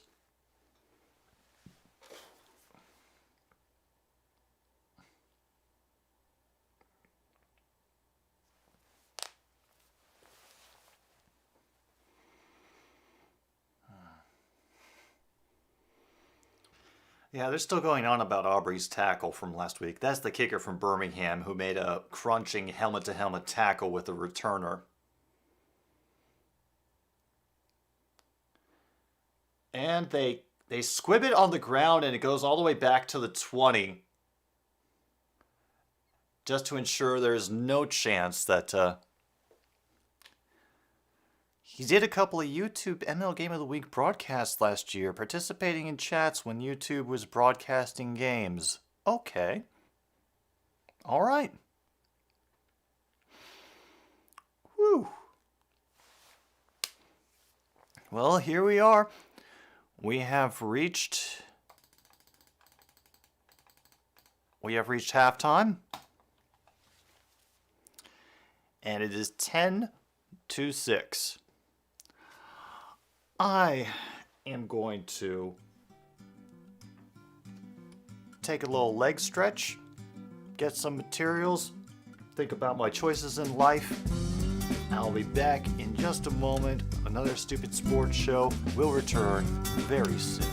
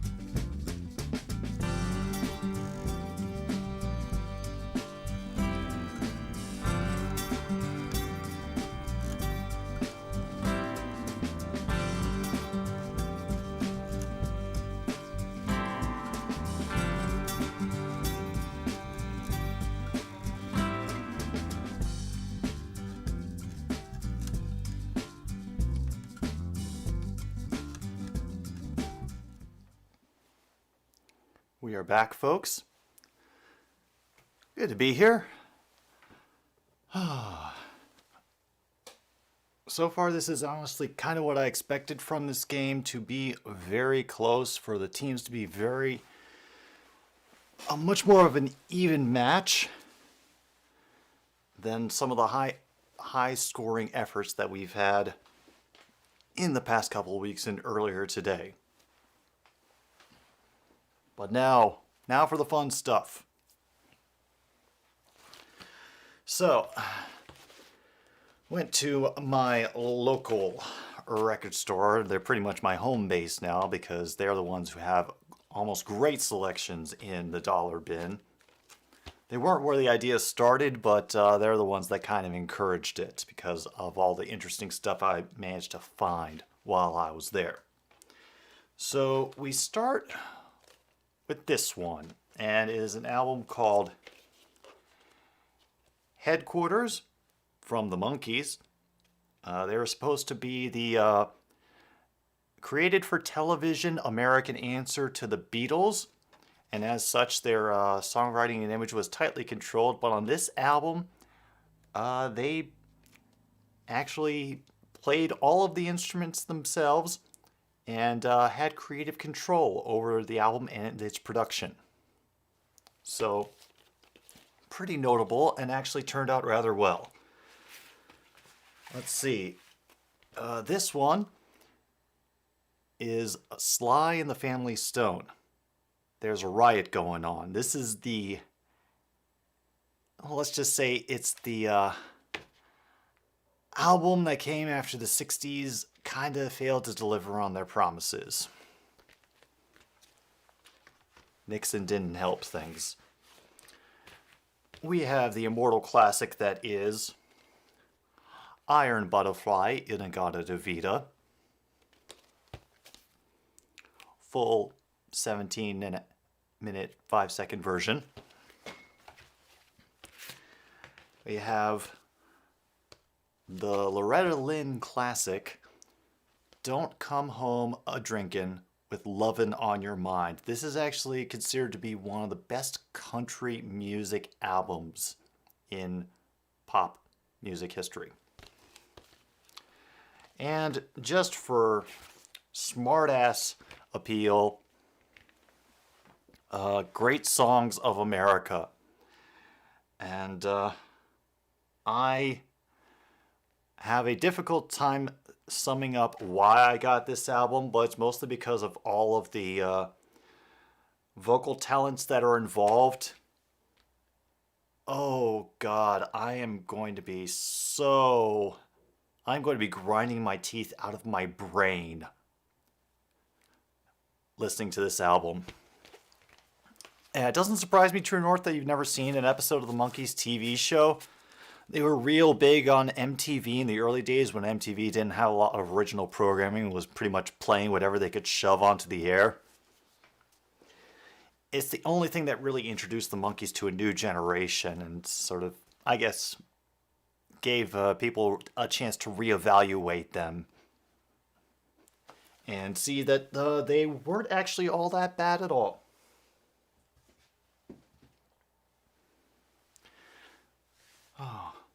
So that was today's haul. Oh, don't worry, True North. Great Songs of America will get its shot. I have a hefty backlog of dollar records, and I'm going to be taking my time to get as much, good information and interesting information. I will drop a little hint for the next record. I probably wouldn't have been so excited for it if it had not been for the NFL draft. And you can do with that information what you will.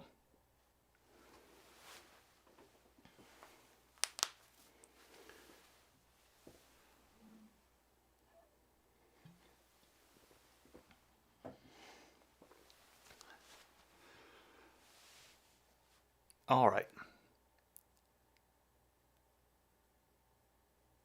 Second half.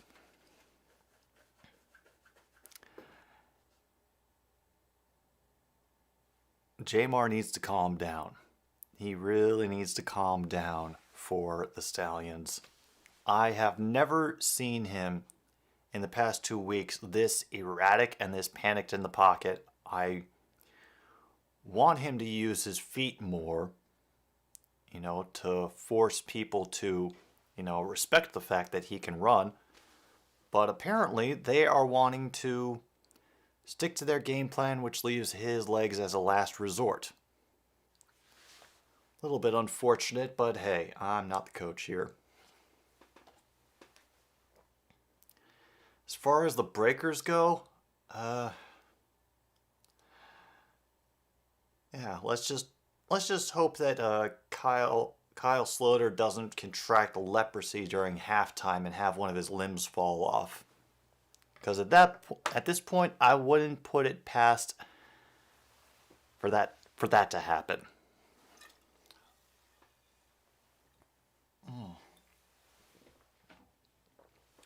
As we slowly wait for the halftime to finish up.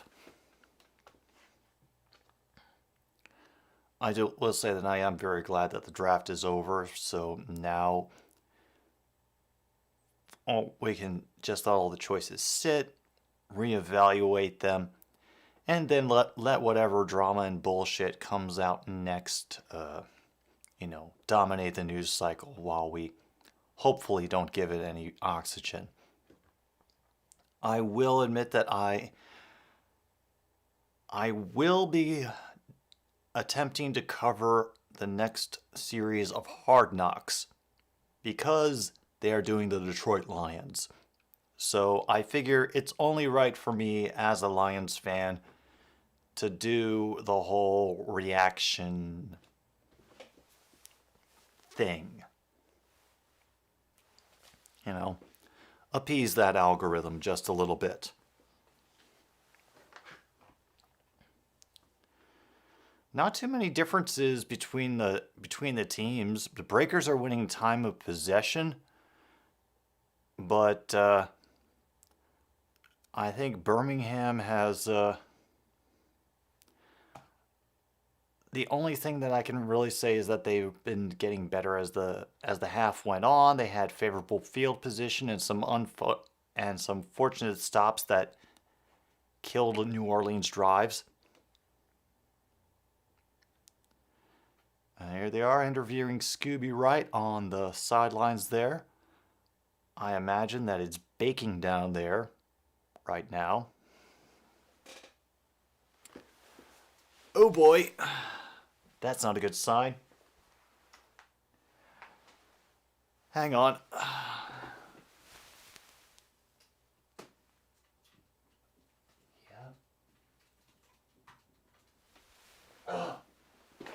Sorry about that. Power cord had slipped out of the back of the camera, so I had to refix that in. Yeah, this first half has been kind of a slog. You are a bit unlucky, True North. There have been some great games so far. I was just picking this one mostly because of it being last two undefeated teams and that it was Birmingham, New Orleans. As you may have been able to assess from my commentary throughout this, I don't have a lot of faith in the Breakers.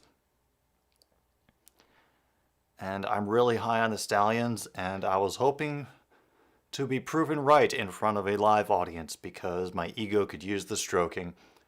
Third quarter begins, by the way, and it'll be a decent return for number 13 of the Breakers. I'd say about up to the 25. Well, Kyle Sloter has both of his limbs still, so I'm assuming that he is going to be QBing for the rest of the game. Poor bastard.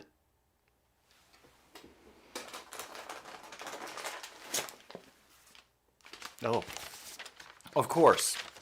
No wonder I couldn't find my notes. I was sitting on them. Honestly, I think they're not worrying about making money at the gate. Their big plan is to is to sell it up with the quality of the game and improvements with technology and ideally the play.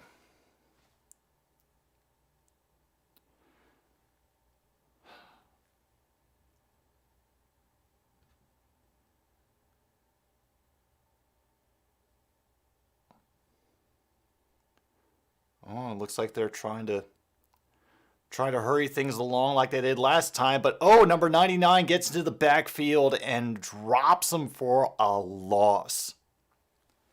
Great job by Tillman. That's happened more than a few times in this game with somebody just finding a opening in the Breakers line and squirting through for a big play. Dondre Tillman. I can talk, I promise. 3rd and 7 right now. Three receivers out to our near side. Slaughter in shotgun again. And Slaughter gets hit again as he throws, but that catch goes to Dixon. He's the winner of the... He is the winner tonight. He's been doing great. You know, in wrestling, the building is full, but they make no money because they give away tickets. Yeah. I mean, they're trying to get crowd in with the whole kids get in free thing, and tickets are only $10 and you can be there for the whole day. But, oh boy, now things are getting chippy again out in the field. A little bit of a push and shoving match as Ellis gets a gain of a couple on that. 2nd and 8. Yeah, Judge is right. This is mainly made for TV. And... I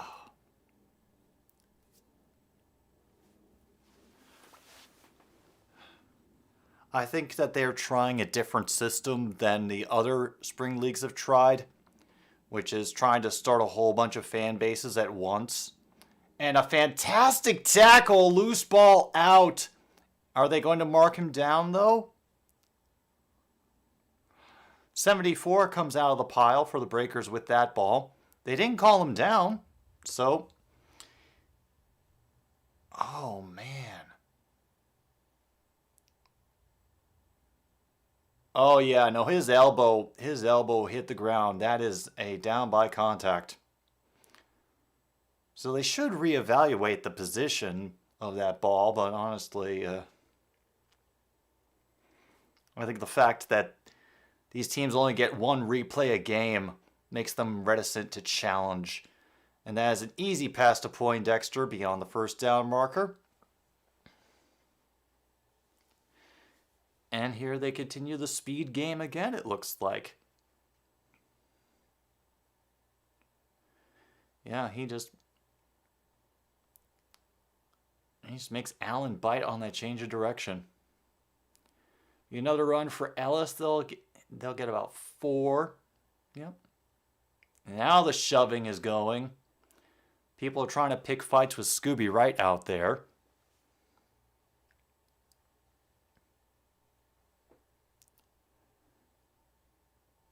Wow. Ellis is currently 23 rushes for 86 yards. That's a lot.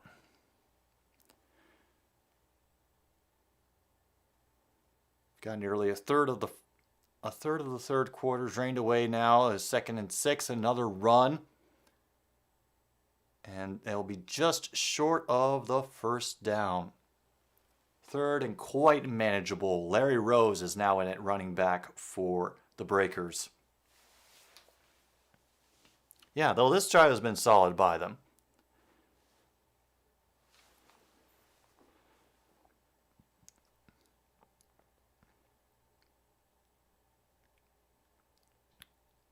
I know they're trying to figure out who's going to go where. I haven't seen much of Jonathan Adams, and he's the one that made everybody go doki doki last week with his fantastic toes in the end zone catch. And now they're both blaming each other for that stoppage.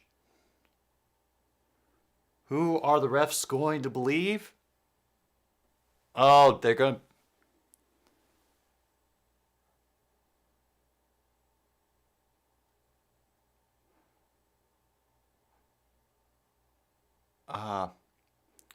Yep, it's offsides on 33. Moves the change, first down. That'll be another run. Rose gets maybe a yard. 2nd and 9.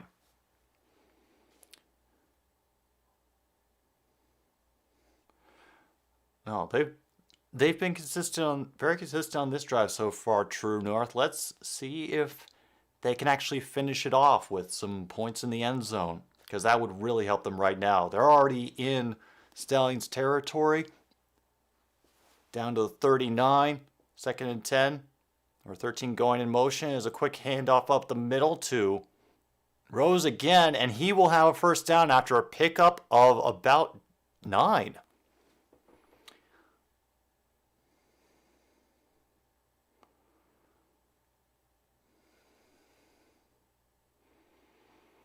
Wow. Just a perfect call going right up the middle with nobody there. Oh, they're going to give him 11 for that. It's down to the 28. And good job by Rose. He gets out of attempted tackle in the backfield, back to the line of scrimmage. They'll maybe give him 1. Turn it on what could have been a busted play into at least a little something positive. And they have dragged 6 minutes off the clock with this drive so far. Wonderful job. 2nd and 9 now. Slaughter hollering at the line. Shotgun again. That's as given by now. Looking for a quick pass. He gets it out to Poindexter over the middle, who gets out of the grasp of a defender and gets the first down, at least 4 yards past the first down marker.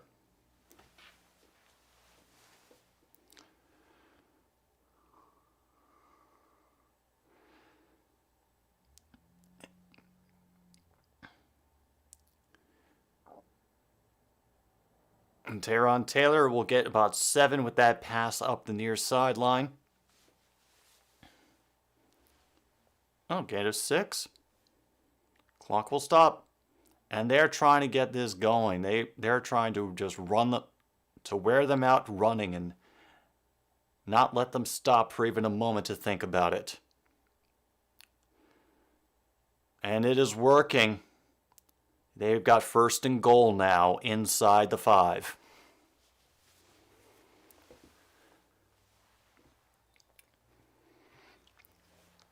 Third trip down to the score zone tonight. They have only managed to get 1 touchdown with no point after because their normally automatic kicker missed it. I have been crying. I've been begging True North for years for them to do relegation. Slaughter will get sacked again. And 2nd and goal. That'll be Haney with the sack.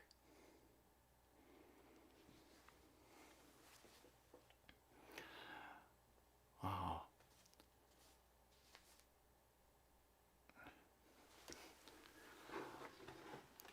Yeah, I admit that would be fun to see the team cycle like that. But there's also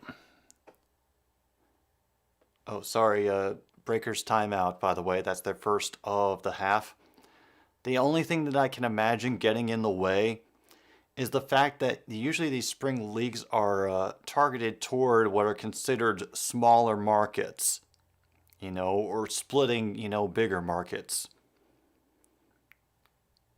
And part of having an NFL franchise is making sure that you have enough of a support base to keep the team in the money, as well as having a stadium ready that can fit a certain number of people. And I can only imagine that if a USFL team ended up getting promoted to the NFL, that the profit sharing and the numbers and all the recalculations that they would demand would be absolutely insane. And they probably wouldn't, and I got to be honest, I wouldn't imagine the NFL owners wanting to do any profit sharing with a team that might only be there for a couple of years. And it's like, again, like I said, True North, I would love the idea of relegation. I have thought it would be a great idea for years just because I've seen team after team get at it, and I think this is the most that they can handle before the NFL just starts feeling bloated. Oh, well, it's a great thought to have. There were times when some of the years when the Bears were absolutely terrible that I imagined them getting relegated down so far that they end up playing like local high school teams and still only manage to tie. Yeah, NFL owners don't care about money. You're right, True North. They only do it for the love of the game. Well, maybe the Packers fans are different. And then again, I've always been of the opinion that there should be many more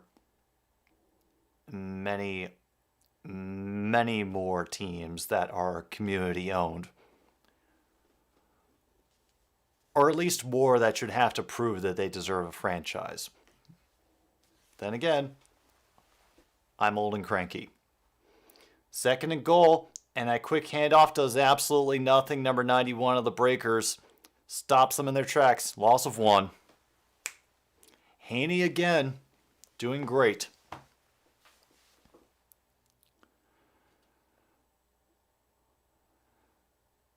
Is over 8 minutes now drained off the clock.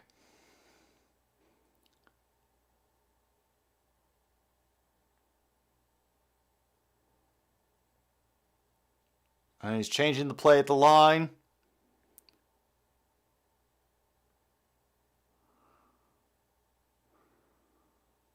Oh, man!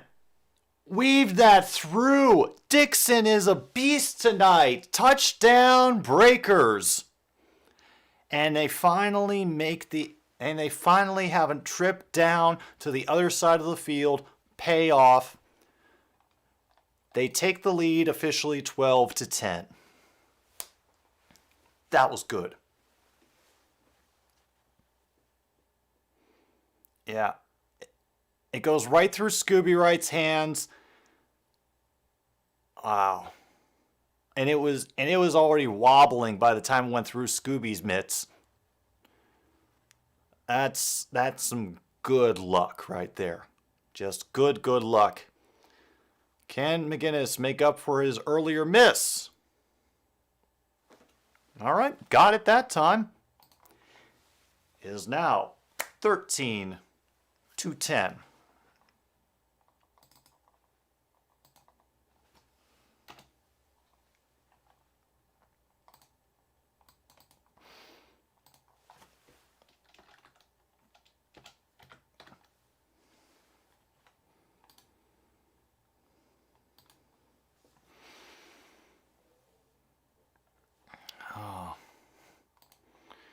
Yes, the NFL Draft brought to you by Courtyard by Marriott, Chevrolet, Home Depot, and ZipRecruiter.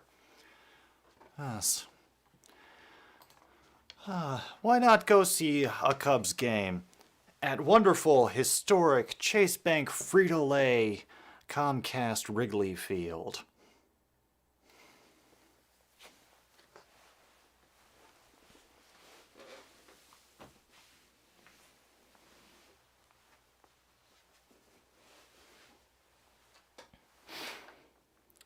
Yeah.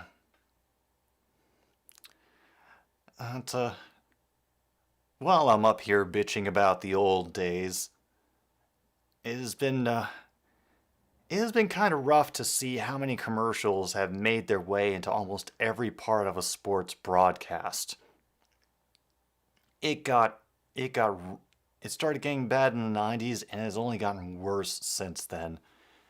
And it's honestly why I enjoy keeping track more through the sports YouTubers, is because they kind of absorb it and keep us from having to deal with a lot of the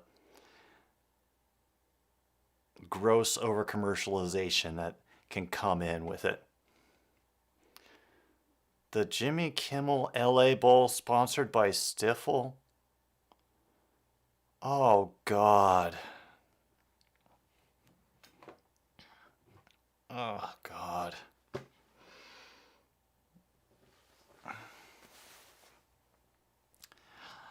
You know, I thought things were bad when they made the Beef O'Brady Bowl, but I didn't know that we were just trying to discover further depths to which to plumb. Wow.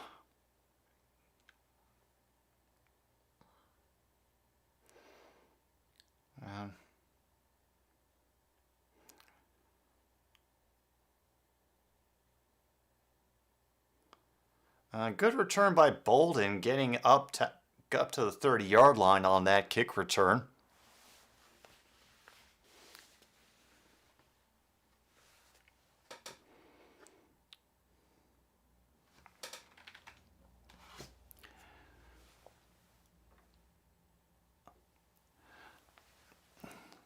Yeah. That's another thing that has slowly died is like the classic names for the bowl games, the Cotton Bowl, the Sugar Bowl, the Fiesta Bowl. Oh God, yeah. Oh, don't even get me started on compression of sound, man. You'll be here all night. Duke's Mayo and an oh. Okay, yeah, no, I'm ignoring that you said that about Oreos and mayo, Zach. Moving on. Hey, Dicker signed with the Rams. Thank you, Kung Fu. Something to distract me from the horror. Oh, wait, I also have this. It's the second half sponsor of another stupid sports show, which is Whorehound Old-Fashioned Hard Candies. Made with natural Whorehound herb tea, brewed and steeped in copper kettles to enhance the Whorehound flavor. Now you may be wondering how Whorehound ended up a sponsor of this show. Well, as an amazing coincidence, Whorehound sounds remarkably like the word touchdown if you have a ball gag in your mouth when you try to say it.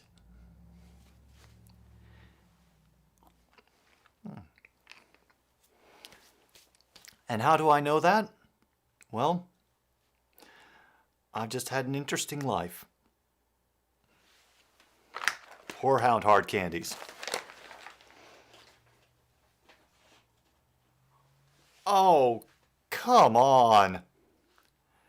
Is a bowl game really worth getting mayonnaise poured on you? Ah.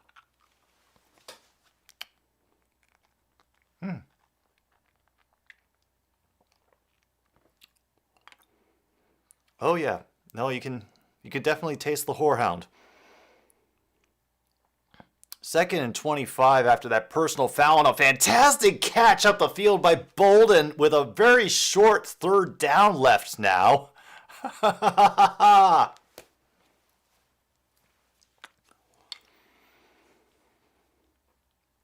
Yeah, I can think of very little that I would be willing to get dumped in a tub of mayo for. Oh, and now Birmingham is working quickly, and they got them across. Was that a false start, or was that a blatant offsides? Birmingham is claiming offsides.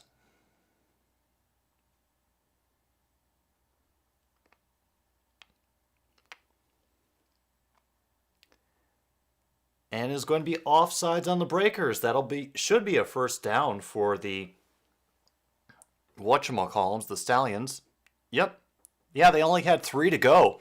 So, nice job on the hard count, getting them to jump.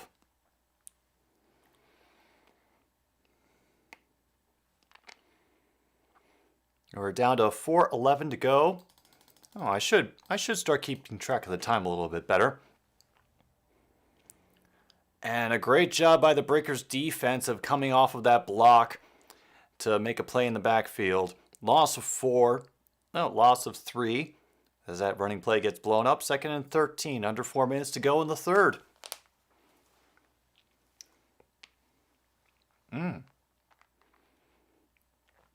Oh, yeah. Oh, those are good. Dang.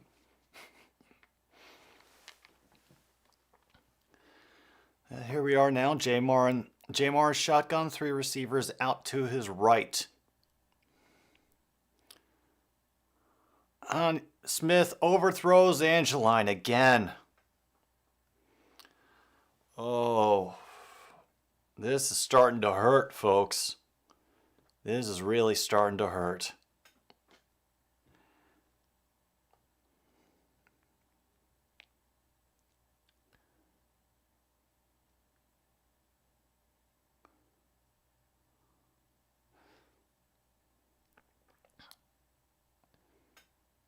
Oh, man. If this is what's happening with Smith now and forever, the Stallions are in real trouble because the guy who's supposed to be their starter, Alex Magoo, he got injured. And that's the only reason that Jamar Smith is in, and he just has to throw it kind of away again. So that's 4th and 13 flag. Oh. Roughing the passer? Roughing the passer. And the Breakers screw up a perfectly good stop with a personal foul. Dang. Oh, that is a shame. That is a real shame.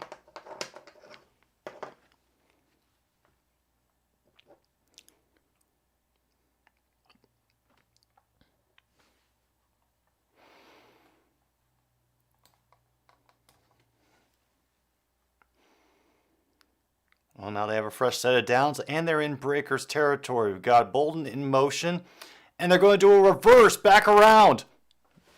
And a great block by number 11. Add some. Woo!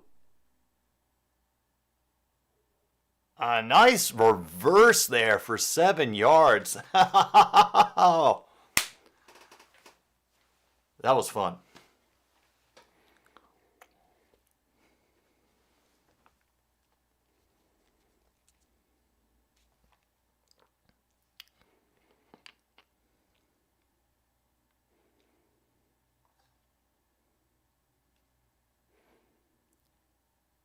Fantastic. 2nd and 3. And once again, the Breakers defense penetrates behind the line of scrimmage. Loss of 2. 3rd and 5.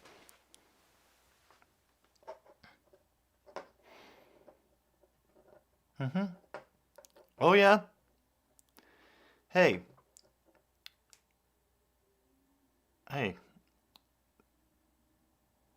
True North. Hey. If I have learned anything, it's my time in this earth. It's that we all love the D, and we all need the D. No matter how much we may deny it, we all need the D.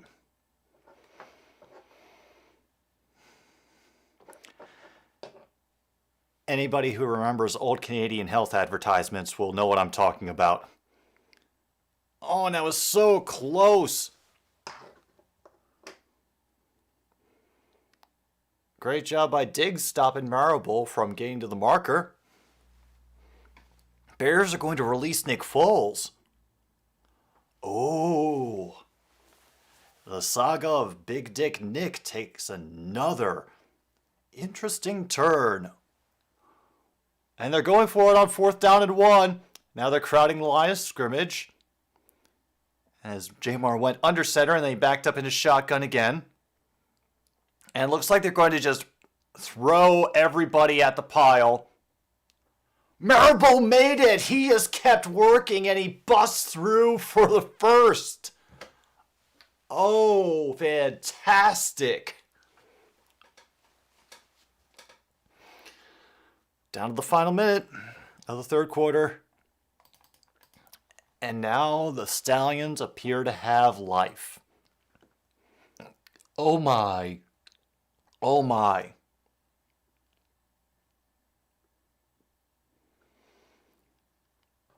It's like they shared the carry until they saw who was going to be free. Empty backfield now for Jamar. Oh, and he's just out of reach for Williams. He was looking for a flag on Jones. Will not get one. So it'll be 2nd and 10. The clock stops with 35 seconds to go. Yeah, that was a very, very good effort by Marable at the end. He is another running back to watch.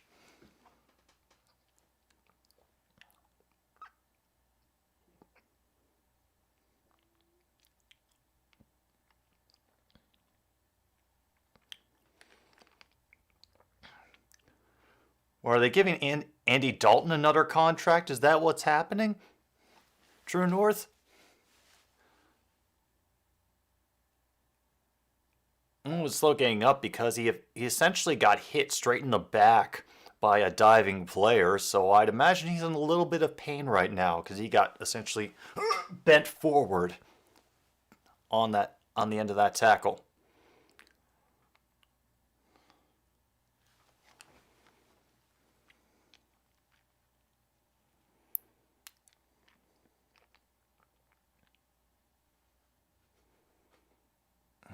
Marable's in pain. He just stopped as he was being let off the field by the training staff and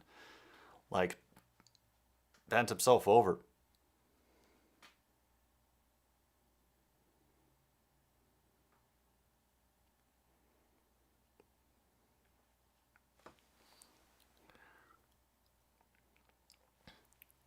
Really? Dalton went to New Orleans? Huh. See, I hadn't heard about that either. See how much news that one person can miss. Well, here we are, end of the 4th quarter.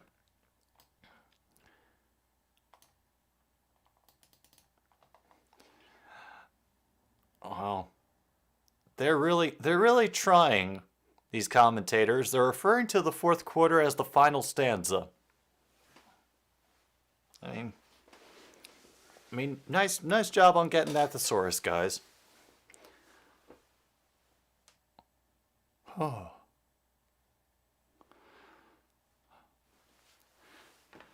Yeah. So I'm guessing, and once again, tell me if I'm wrong, but for the Bears next season, I'm thinking Justin Fields is going to be their guy, and they're actually going to try to play to his strengths. But who is behind him? Do they have anybody?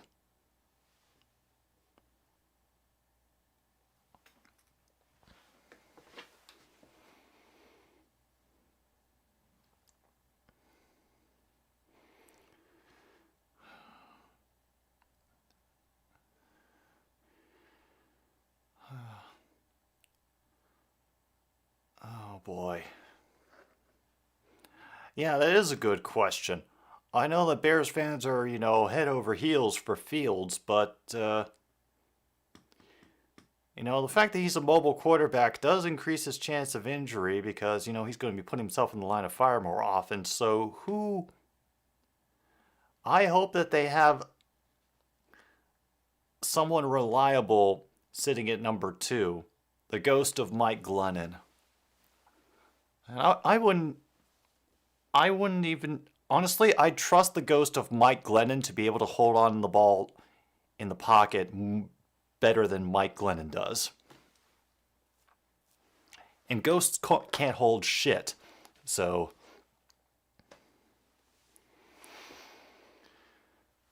Oh, boy. Yeah, it's a little shame that this game took so long to get going, but... at least it's somewhat exciting now. And Logan's back. The Brewers are killing the Cubs 9-1. Trevor Siemian is the backup for the Bears.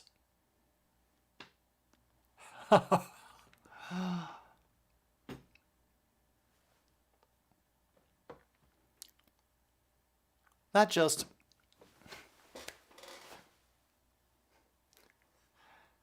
feels right. It does. Yeah. Oh yeah. No, I saw a game. I watched a game last season, I think, with Mike Glennon. Ugh. Yeah, that was ugly. I was praying for Jake from State Farm after a certain point. Holy crap, there were 18 possessions in the first half. Yeah. Yeah, but I believe in the neck of General Davis Mills. That's the difference. And great job by Smith sliding after the first down marker. E- Easy moving of the chains.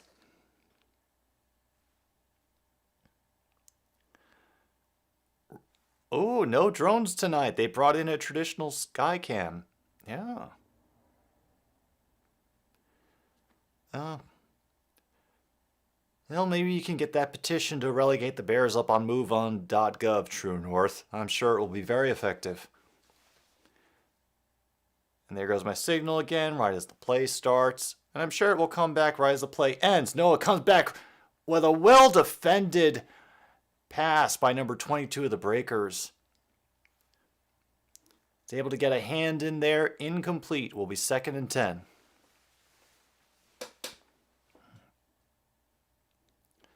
Trade the Bears in exchange for the Breakers. The thing that I've always wondered is why Chicago doesn't get a second football team.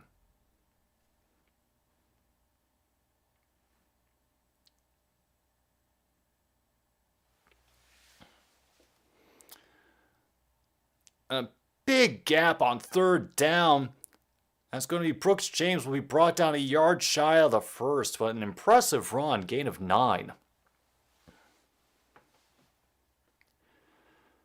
We trade the Bears to the New York Giants for a medium soda. It might fool them. Might. And a great tackle in the backfield. Brooks James brought down. That was Miller for the Breakers. Ruining that one. And now they're at 4th and 1. Again. No. All right. Let's straighten out the Bears officially. In the NFC North, the Bears and the Lions have now switched places. The Bears are the team everybody dunks on, and the Lions are now the new cool team to hate. Oh, they're going to mark him short. This is going to be a turnover on downs, I think. We'll see where that ball ends up. Yeah, I remember, Jed. The Chicago Cardinals.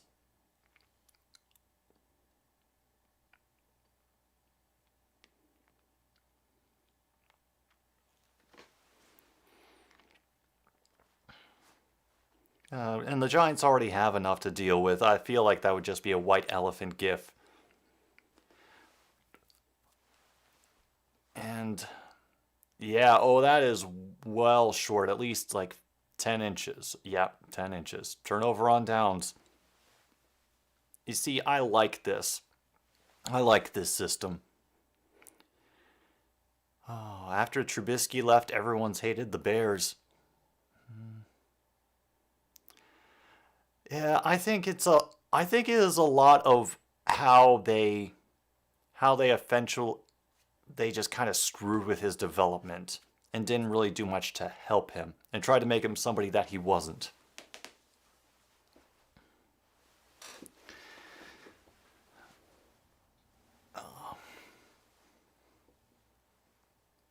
Geezer, that's why the tall people are allowed to survive in this world, so we can reach for those things on the high shelves. The short people run everything, but the tall people just get kept around for the top shelf. The Chicago Jaguars, Logan proclaims. Well, as much as I enjoy the idea, I I kind of enjoy the fact that the Jacksonville Jaguars exist. Just, I think it was the clown thing last season that did it for me. No, I like Trubinsky too. I just think he was let down by bad coaching. I meant it in a different way. Ah, I gotcha. Putting. Putting at night. With the 15-year-old daughter of the dean. I see where you're coming from, geezer. Sorry, Caddyshack joke. I didn't mean that you were actually doing night putting with a 15-year-old.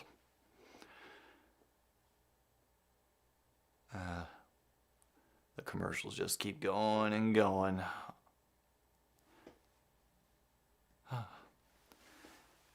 Well, at least things improved and got more interesting as the game went on. Yeah.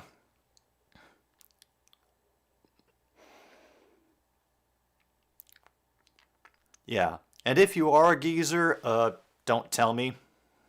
I don't need to know that. That's between you and your spiritual advisor or whoever you look to help you make these decisions. Yeah, the combined forces of John Fox and Matt Nagy.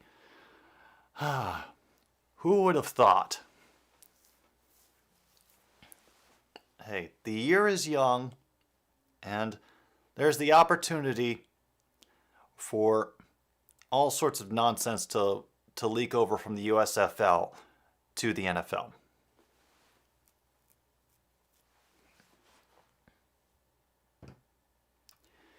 Oh. Yeah, I'll make sure to watch myself, Jed. Yeah.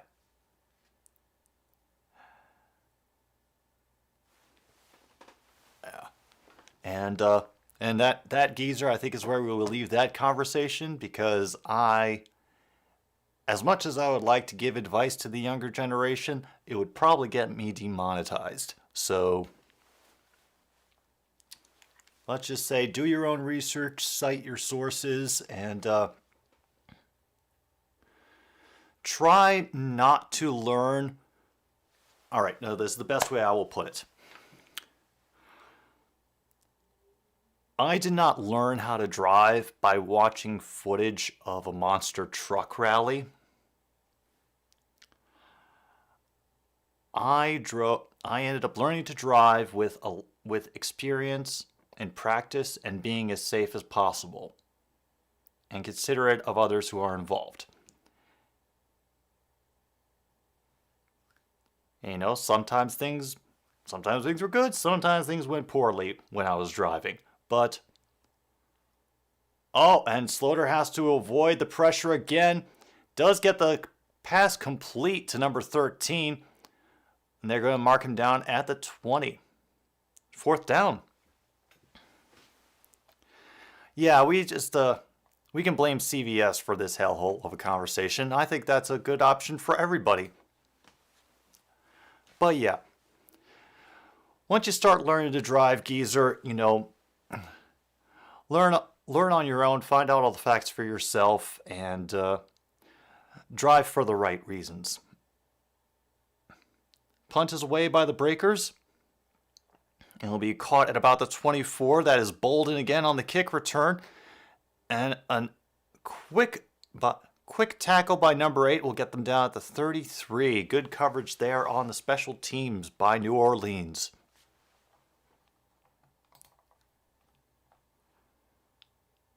I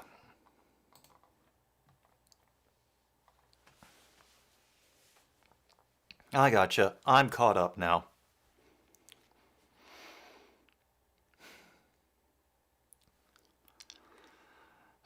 Well, that was a conversation that I never thought I was going to have on this channel. Then again, I never thought I'd do a video of me making donuts at 3 in the morning, but here we are. Oh dear. Oh. Uncharted into a movie. So basically the video game but without holding a controller and taking about 2 hours. Cool. All right. Or getting vinyl records out of dollar bins. Yeah, no, that was it was mostly curiosity at first, but then I discovered some real gems and some stuff that surprised me. So I was like, you know what? This is the way to build from now on. And True North is going to bite his tongue and not tell all the white van without windows jokes. I appreciate that, True North, more than you know.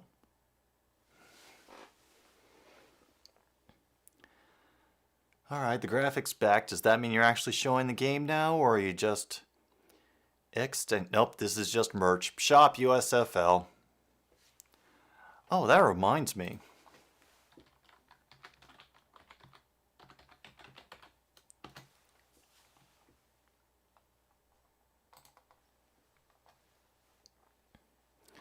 Come on, load up, load up. Start by... No, I don't want to sign up and save. Stop that. All right, we're getting to the stars. We'll continue that after this game goes. Wow. The Stallions have 21 fourth quarter points this season on offense. The defense has allowed 0 points for the Breakers this season in the fourth quarter. Jamar Chase avoids the pressure deftly, but is off on that throw to Angeline up the field. Ugh, incomplete. Second down.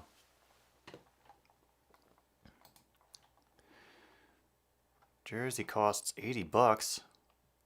Adult replica jersey. All right, are these...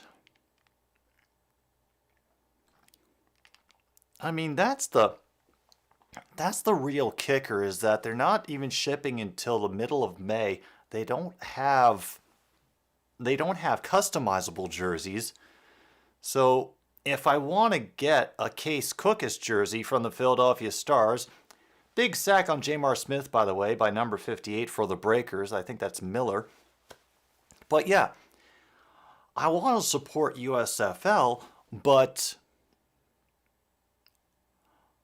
they're just giving away like generic jerseys with all with the number 22 on them, you know, for 2022.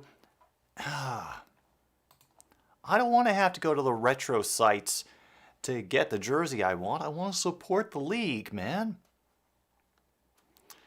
DraftKings code clickbait. You got that right, True North. And trying again on 3rd and 18.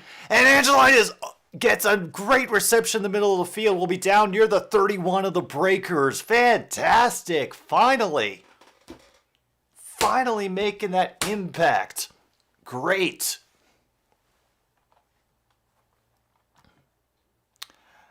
Oh. Now let's see what else they have.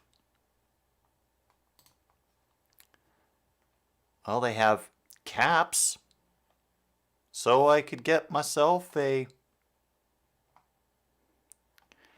nice cap, perhaps?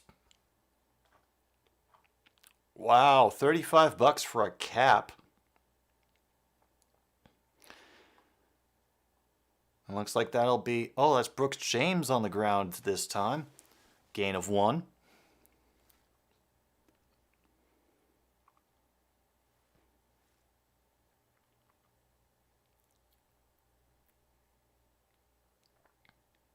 Hopefully, they can get a little bit more on the ground out of their players so that they can take as much time off the clock as humanly possible, force them to panic.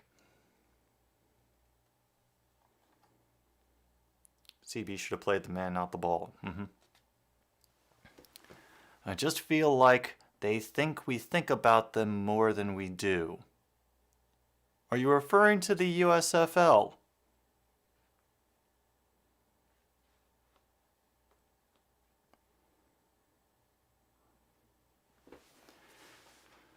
Because just like usual, I have forgotten what track of the conversation I was on, and yeah. I have no idea what anybody's talking about anymore. Someday my computer equipment will be good enough that I could do these at like near zero latency instead of the extended latency because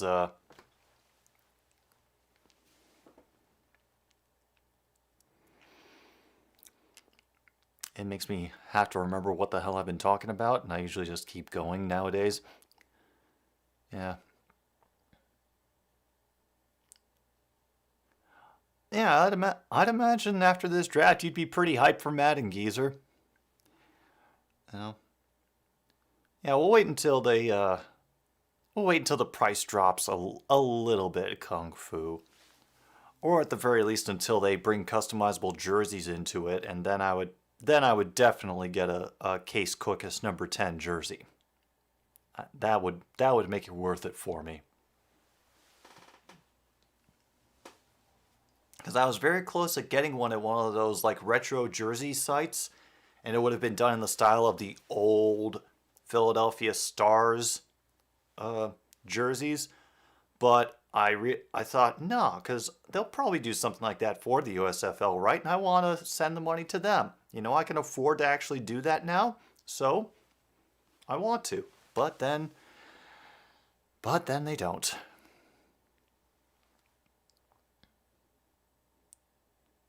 Oh, yeah, I'm not surprised that you would, geezer. Kung Fu is talking about Bears fans? Maybe. This draft has tired me out.com. Yeah, this one was pretty exhausting. And not just from the modding, but from the waiting around. Just all the waiting. Like last night, as some of you probably saw, I had to resort to Bohemian Rhapsody to keep me focused on something while all the nonsense was going on. And a couple of the other mods threatened to come into my stream tonight to do a sing-along of the song Barbie Girl, but they haven't showed up yet. And there goes Kung Fu. Thank you. Right on cue. Oh, and Bolden outruns the defender, crosses the 20, gets the first down to the 17. Bolden making things happen. Oh, yeah. There's nothing like a little Bohemian Rhapsody to, get everybody excited again. Yeah. Bolden's dangerous, man. Thank you, Zach. Oh, precisely what this chat needed.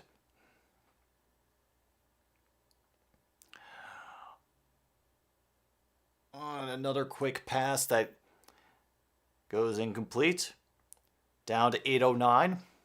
I should probably update the clock on here because I am a coordinated, responsible streamer. Yeah.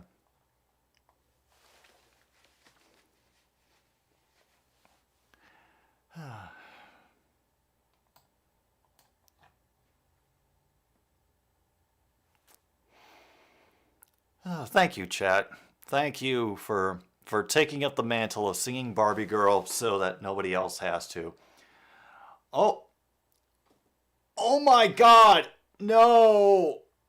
They're calling him out of bounds. That was such a fantastic effort by Bolden.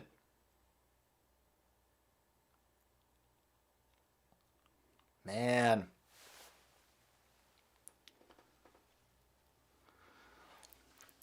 Hello, Ishii. Hey, guess what they're doing? Oh.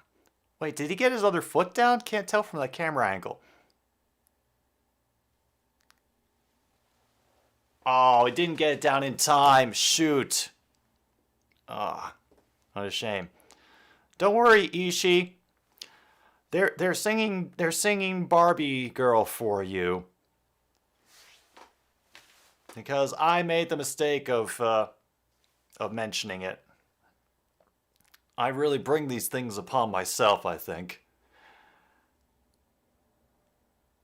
Oh yeah, no, that was just a second late. Oof. Like a split second late. Dang.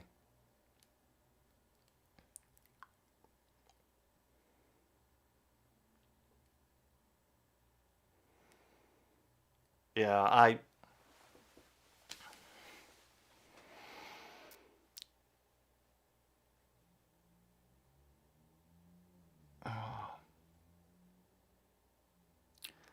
don't know what I expected to happen, but yeah, when the game has been uneven as this one is, yeah, I shouldn't have been surprised. 3rd and 10 now. Oh my God! Oh my God! Bolden with another fantastic catch. Flag down, doesn't matter. They're probably, yeah, that is called touchdown on the field. Oh. No, we weren't, Ishii. I was talking about driving. I was talking about driving. Damn.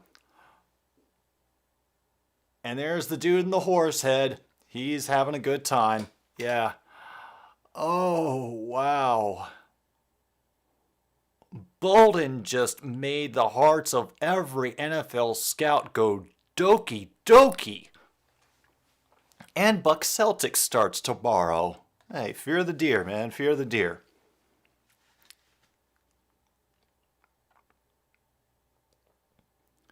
Point after attempt is good. Let us take a moment to think about our choices in this world and as well update the score. Oh, wow. Victor Bolden's first touchdown of the season. Like, he's been doing so much as far as like pass catching and returns. Damn, I'm glad he finally got a 6. That's wonderful. Yes, Ishii. Yeah, driving is only fun if everyone present in the car wants to be there. Yeah. And the Eagles signed Carson Strong. Wow, because apparently they felt weird not having a QB named Carson on the roster. Yeah, you know, it's like those people that keep like those when people end up dating, different folks with the same name. It just an unhappy coincidence. They don't have a problem. Not at all. No problems. Oh, wow. So let's see if the Breakers offense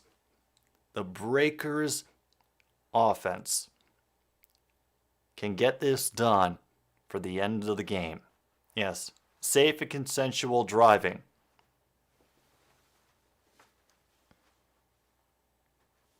Yeah. And your driving, your style of driving is okay, at least until you get somebody else involved without their permission or consent.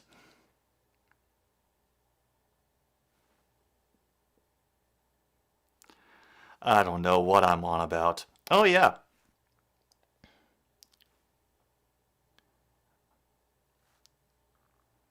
Oh yeah. I mean, solo driving can be great. Well, maybe not in a parking lot, but somewhere where it's a guarantee that you will not either get arrested, get in trouble, or hurt somebody or yourself. Whatever that environment may be.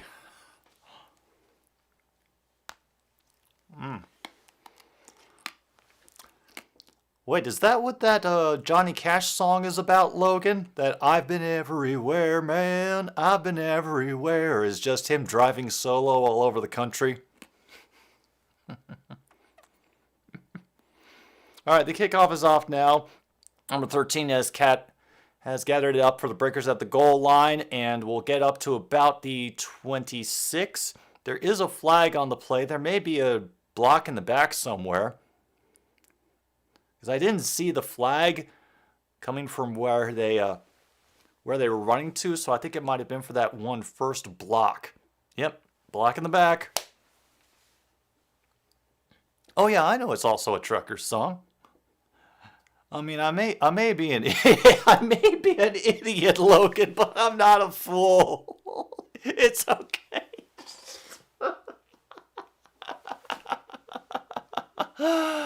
I'm not even gonna go touch truckers. That's a subject for Ray in another stream. I'm sure he'll be glad to tell you all about his adventures on the road.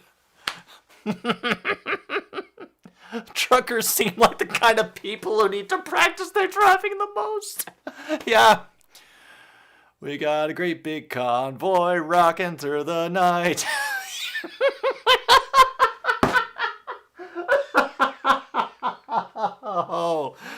Oh, good. Finally, something good is happening in this stream. Slaughter just gets rid of the ball in time before he gets, what do you know, hit again in the backfield. 2nd and 10.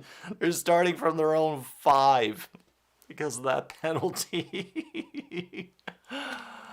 Oh, and Alan's trying to whoop up the crowd down here on the near side. And another, oh, and there it is. There it is. What's this going to be? Is it going to be a touchdown or a safety? Because the ball came out.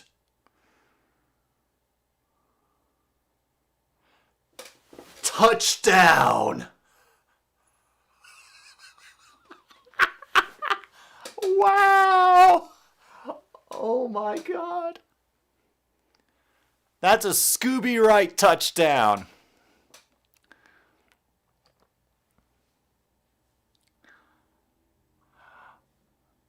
Yeah.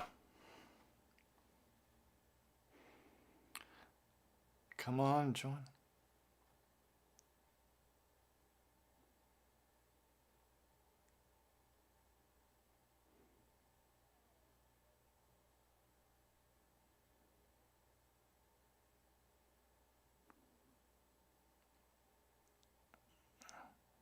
Oh, and there's a penalty for unsportsmanlike conduct on 33 for grabbing his crotch during the celebration.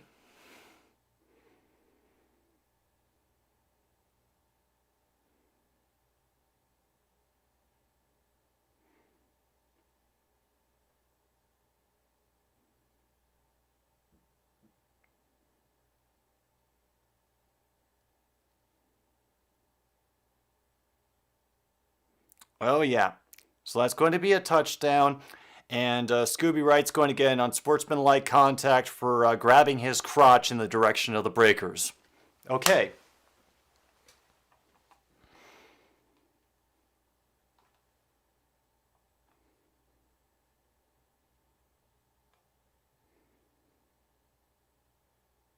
Oh. Rosa's, they've saw that there was a... They will be changed to a safety because the Breakers player had his knee down when he was trying to scoop up the ball and run it out. So,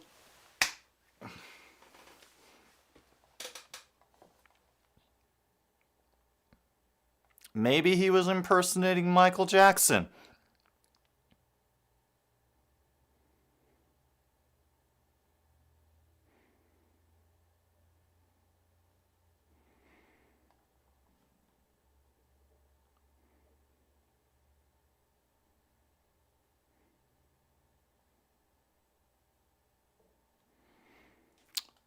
So that's an additional 2 to the Stallions. I think I don't think it was a let's see. Wait, was that it? Oh, they're just Oh, they are framing it so well to keep his hand just below where the camera stops. It's just them going through like this.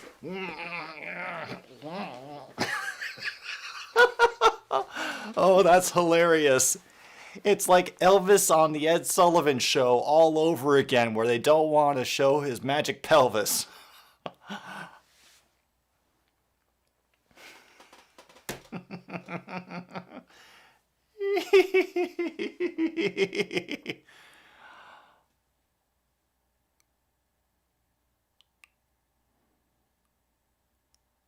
Oh.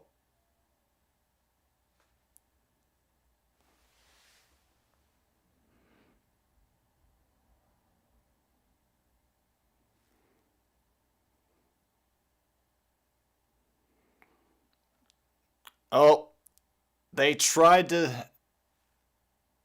We got a little bit. Oh my god. This is how bored we are with this game, is that we are looking for good shots of Scooby Wright grabbing his crotch in celebration. Oh. Alright, there's going to be a return for Bolden. And he will get it out of bounds at the 22. Oh, we're doing a good job of sullying the minds of impressionable youth every day on this damn website. Honestly. I mean, you know, just ask Geezer. He's gonna be like making weird Google searches about pudding if he's not careful. I hope you don't do that, Geezer. Please don't make weird Google searches about pudding. Just keep safe search on. Save your naivete. Oh, I would love another halftime show with Janet Jackson. Honestly, True North. I think she got a raw deal. And Bolden again uses his speed to get back to the line of scrimmage. It'll be 2nd and 10. Clock continues to run. Oh.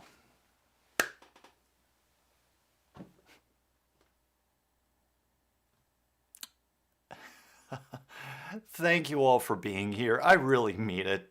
You guys have made this so fun. Yes. Yeah, True North. More teabagging, humping opposing players, and crotch shots. Oh, God. And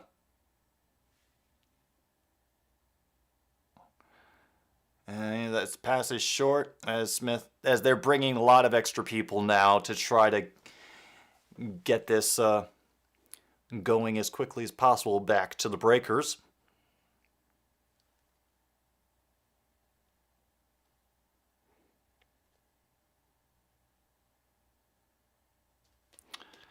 Well, now we're at 3rd and 10. And they have been stopped dead in their tracks.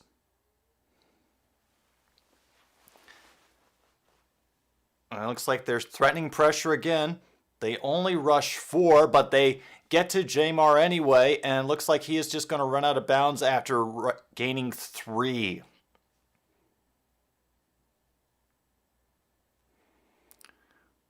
Jell-O was invented in 1897. Okay. Logan, you know when the Jell-O shot was invented?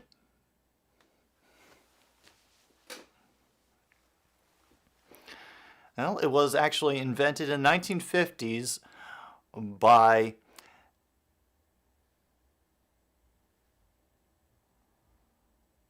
and the punt was partially blocked. Great play by the Breakers special teams, and now they're going to have it at the Stallions 25.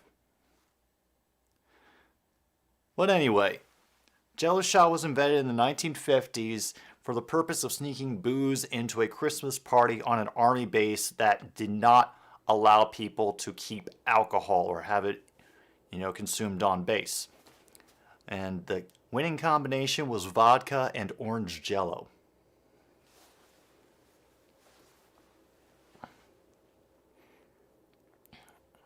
NFL blitz rules and gameplay. Is that a game? A video game? It sounds like a video game.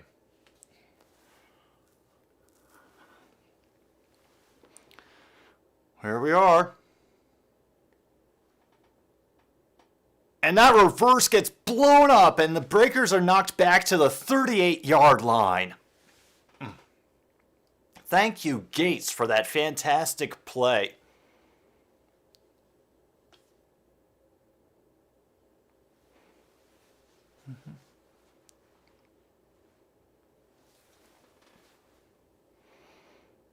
Oh, fantastic job.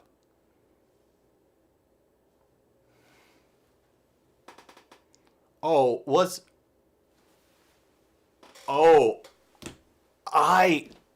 if that gesture was what I think it was, oh, we just got even more freaky. Oh, man.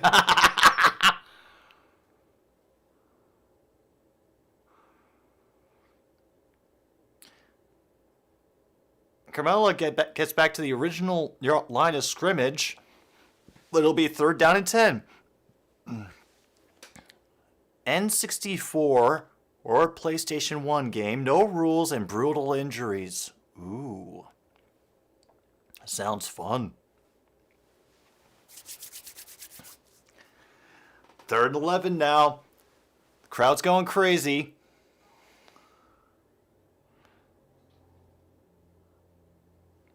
A couple extra rushers. Launching it to the end zone. No flags. The Breakers really want one? Wait. Wait a minute. Wait.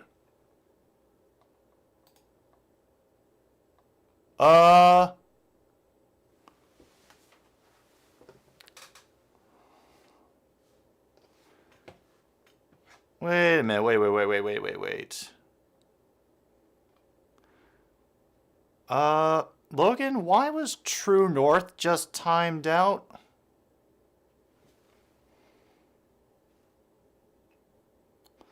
Will be a 43-yard attempt by McGinnis. And he is going to miss it. Oh, man.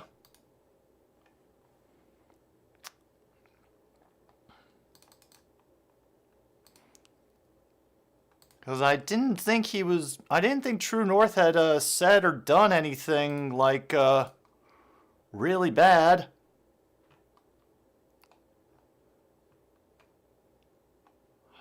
Let me see. Doesn't look like I can reverse the timeout from here. I'm sorry about that, True North. Hopefully I can get an answer from Logan about what happened there.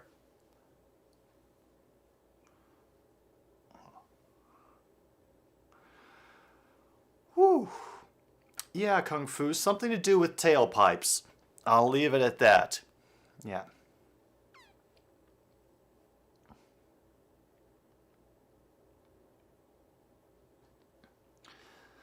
As the youth would say, it's cheeks.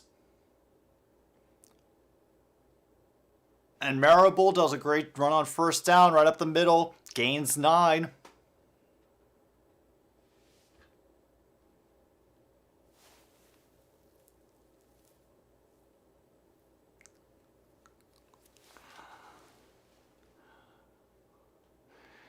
Now we're down to 4 minutes. I was wondering if it was going to be something like this.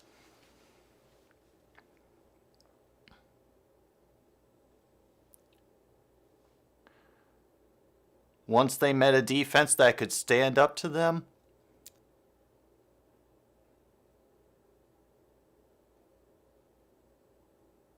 Oh, he didn't? He made a truthful comment about a video game I can attest to. Yeah, I didn't think. Yeah, Logan, dude, I'm not mad. I just wanna find out what was going on. If it was a mistake, that's cool. I've made plenty of mistakes while modding, accidentally timing out the wrong people. I've always just made an effort to apologize. Even if no kicks it to a field goal, it's still a one-possession game. Yeah. Oh, damn. And now they trip him up. 4th down. And the clock has stopped again.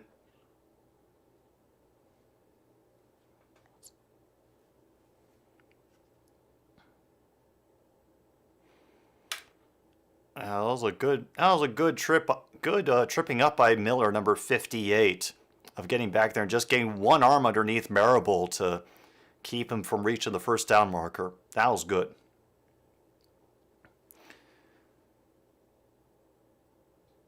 All right, the clock is currently stopped at 2:58. We're at 4th and 2. Each team has only one timeout, and I'm assuming they've been taking them and they just haven't been marking them very well, because I'm having trouble figuring out when these timeouts had taken place. And Jamar is on the sidelines. They are going to punt it away. They're not even going to try. And they're just going to let it roll into the end zone. Touchback. And Slaughter will have 2 minutes and 50 seconds to try to win this for New Orleans.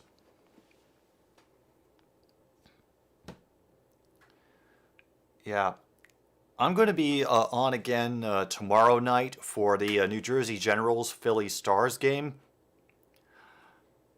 I have a scary feeling it'll be like this one, and that Michigan-Pittsburgh will be the actually exciting one, because it's between the two 0-2 teams. So, use that information how you will. Okay, the Birmingham fans are now dancing with their shirts off. The football fandom is officially here in Birmingham. Good for them, man. Good for them. I love it.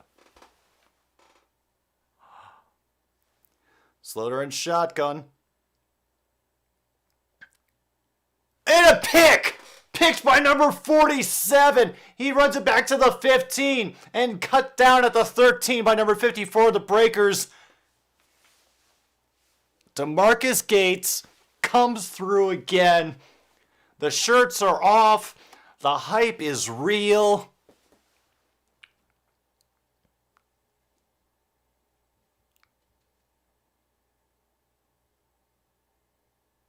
Oh, yeah. And the crowd is going crazy for him. The kids are waving their hats and banging, and he's just pointing to his name on the back and pointing to the crowd. I love it. Let them shake what their parents gave them, man.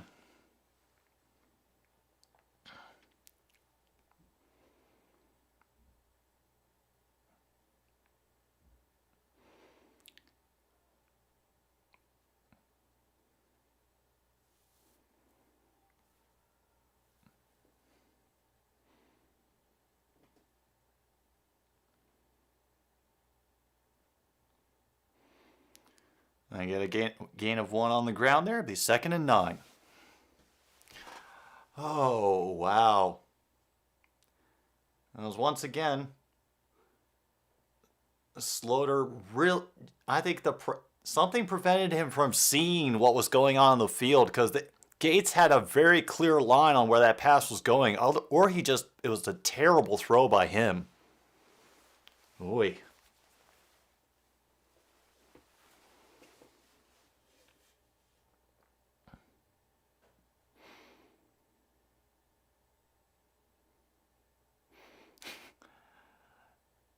Wow.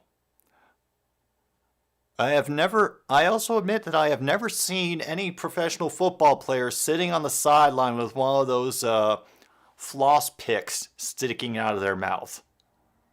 That is a new one. Oh, New Orleans just called their last time out.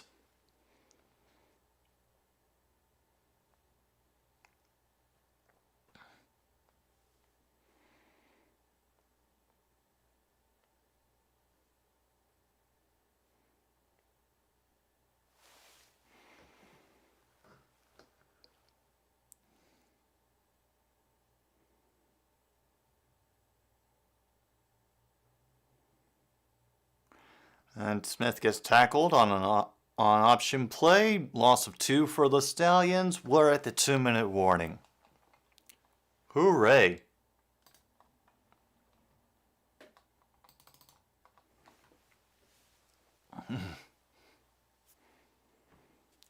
Yeah.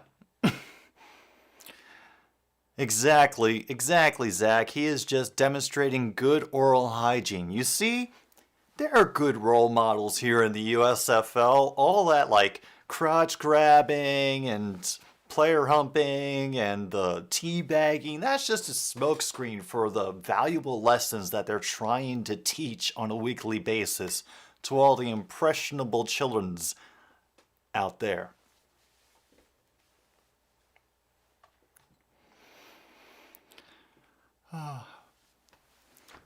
Such fun nonsense. Such fun nonsense. Oh, before we end, we give one more big shout out to our second half sponsor for another stupid sports show, Whorehound. Old fashioned hard candies.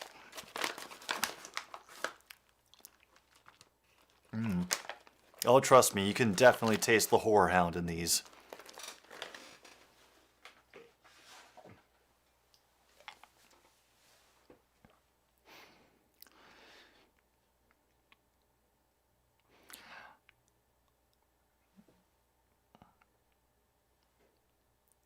Wow.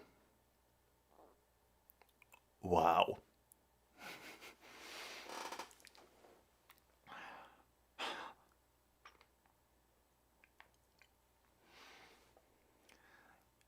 Alright, just so you all have this to look forward to, I can't wait until the music that you listened to as a kid gets used in advertisements that are trying to take your money. Which means that I really hope the song Camel by Camel gets used in advertisements sometime in the future and makes all of the TikTok generation panic when they're immediately trying to cover the screen because they think it's about to turn into porn.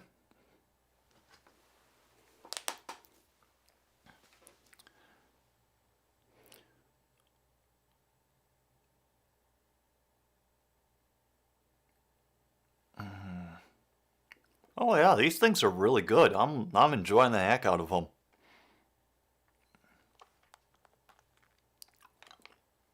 Well, here they are now. They are taking their sweet, sweet time with lining up for this field goal. Then again, New Orleans doesn't have any timeouts left. They can't stop the clock. This one will be from 32. They get off just as the timer expires. And a kick goes right into the stands for the kids to collect. That is 3 points more. It is officially a 9-point game. We've had one successful 9-point play in the USFL so far. It occurred last week. I forget which game it was, but it was very impressive when it happened.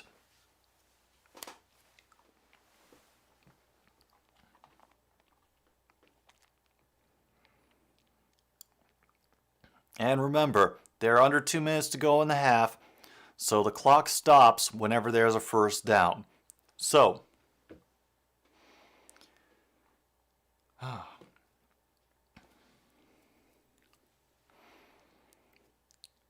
I'm making you want to go to Cracker Barrel? Hey, you're a grown adult. You want to go to Cracker Barrel? Go to Cracker Barrel.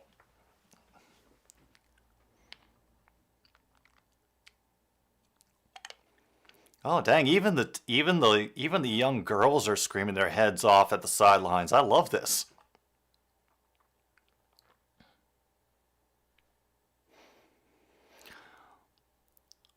Aubrey kicks it off.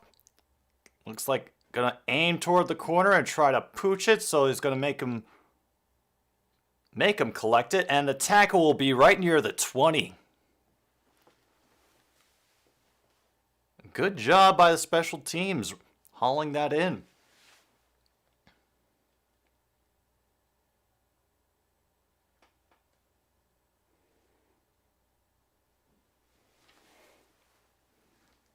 All right, Slaughter.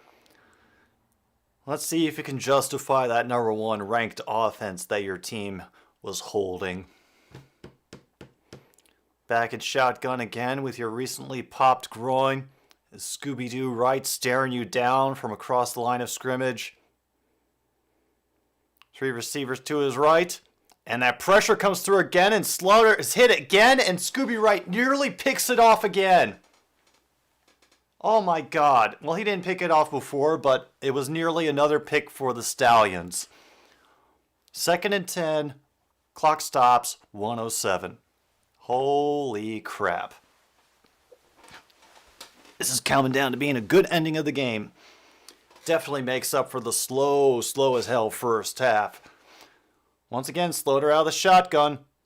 Having to wait. Now having to run. And he floats it just out of the reach of Jonathan Adams. The magic man from last week can't do his one-handed grab. He made a great one last week. Aside from the toe drag that he did in the end zone, he made a fantastic one-handed grab on a big pass down the sidelines. Oh, they're hurrying now. He's trying to draw him off with a hard count.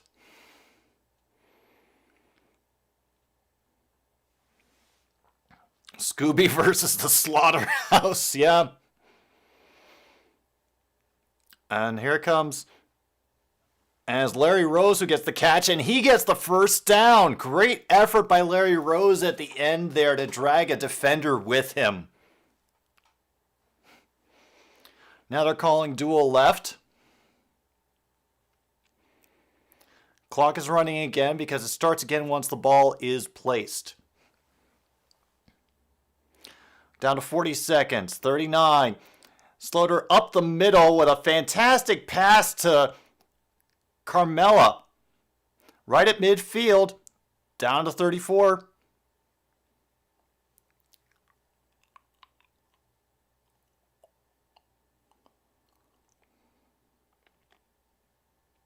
Wow.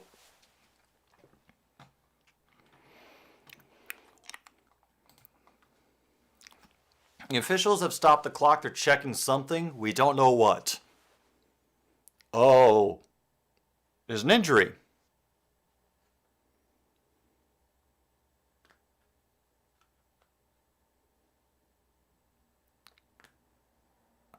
And because it was inside 2 minutes, they get charged with a timeout. All right, here we are. 34 seconds to go. 1st and 10 for the Breakers from the 50. Another easy pass to Dixon right at his feet. Incomplete. The clock stops at 29. The Brewers have won 9-1 over the Chicago Cubs. Life is good. Zach, one of the other mods at Grossi's channel, is probably not happy, but he's a bigger Cubs fan than I am. I'm the Sox. Sorry. We're up to 2nd and 10 now. 3 receivers out to Slaughter's left. And looks like Dixon is going over the middle, but they're going to do it to Rose right out of the backfield and be down right at the 50 again. They have to hurry it up because they have no timeouts. 15 seconds.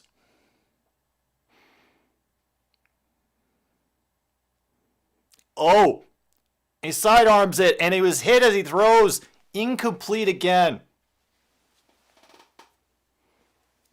4th and 10, 6 seconds to go. And now, you know what we get.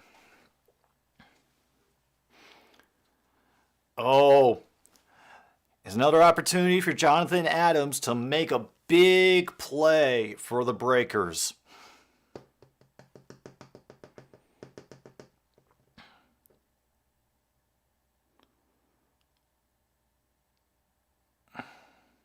They're only rushing 4. Everybody else is back and waiting.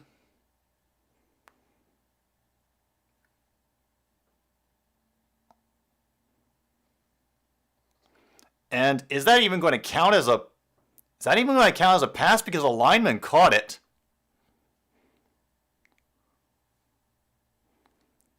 And the clock will run out. That should be a ineligible receiver downfield.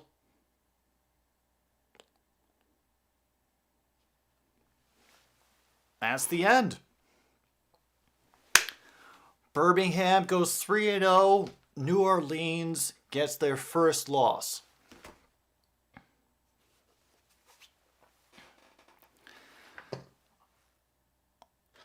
Now, it doesn't surprise me that it came down to the end.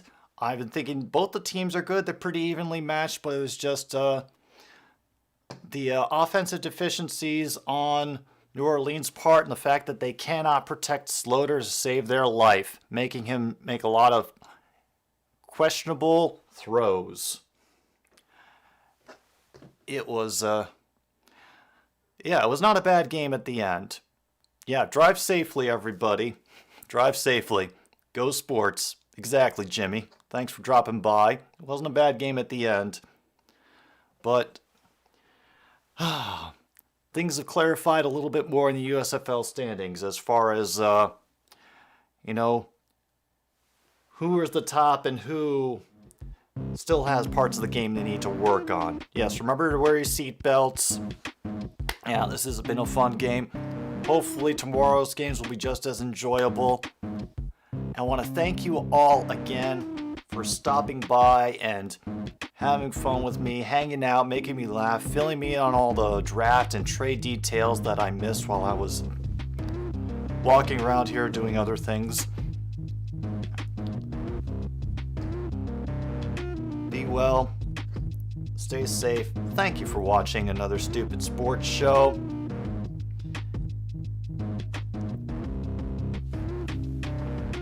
Only you can set you free. And good night, Milwaukee, wherever you are.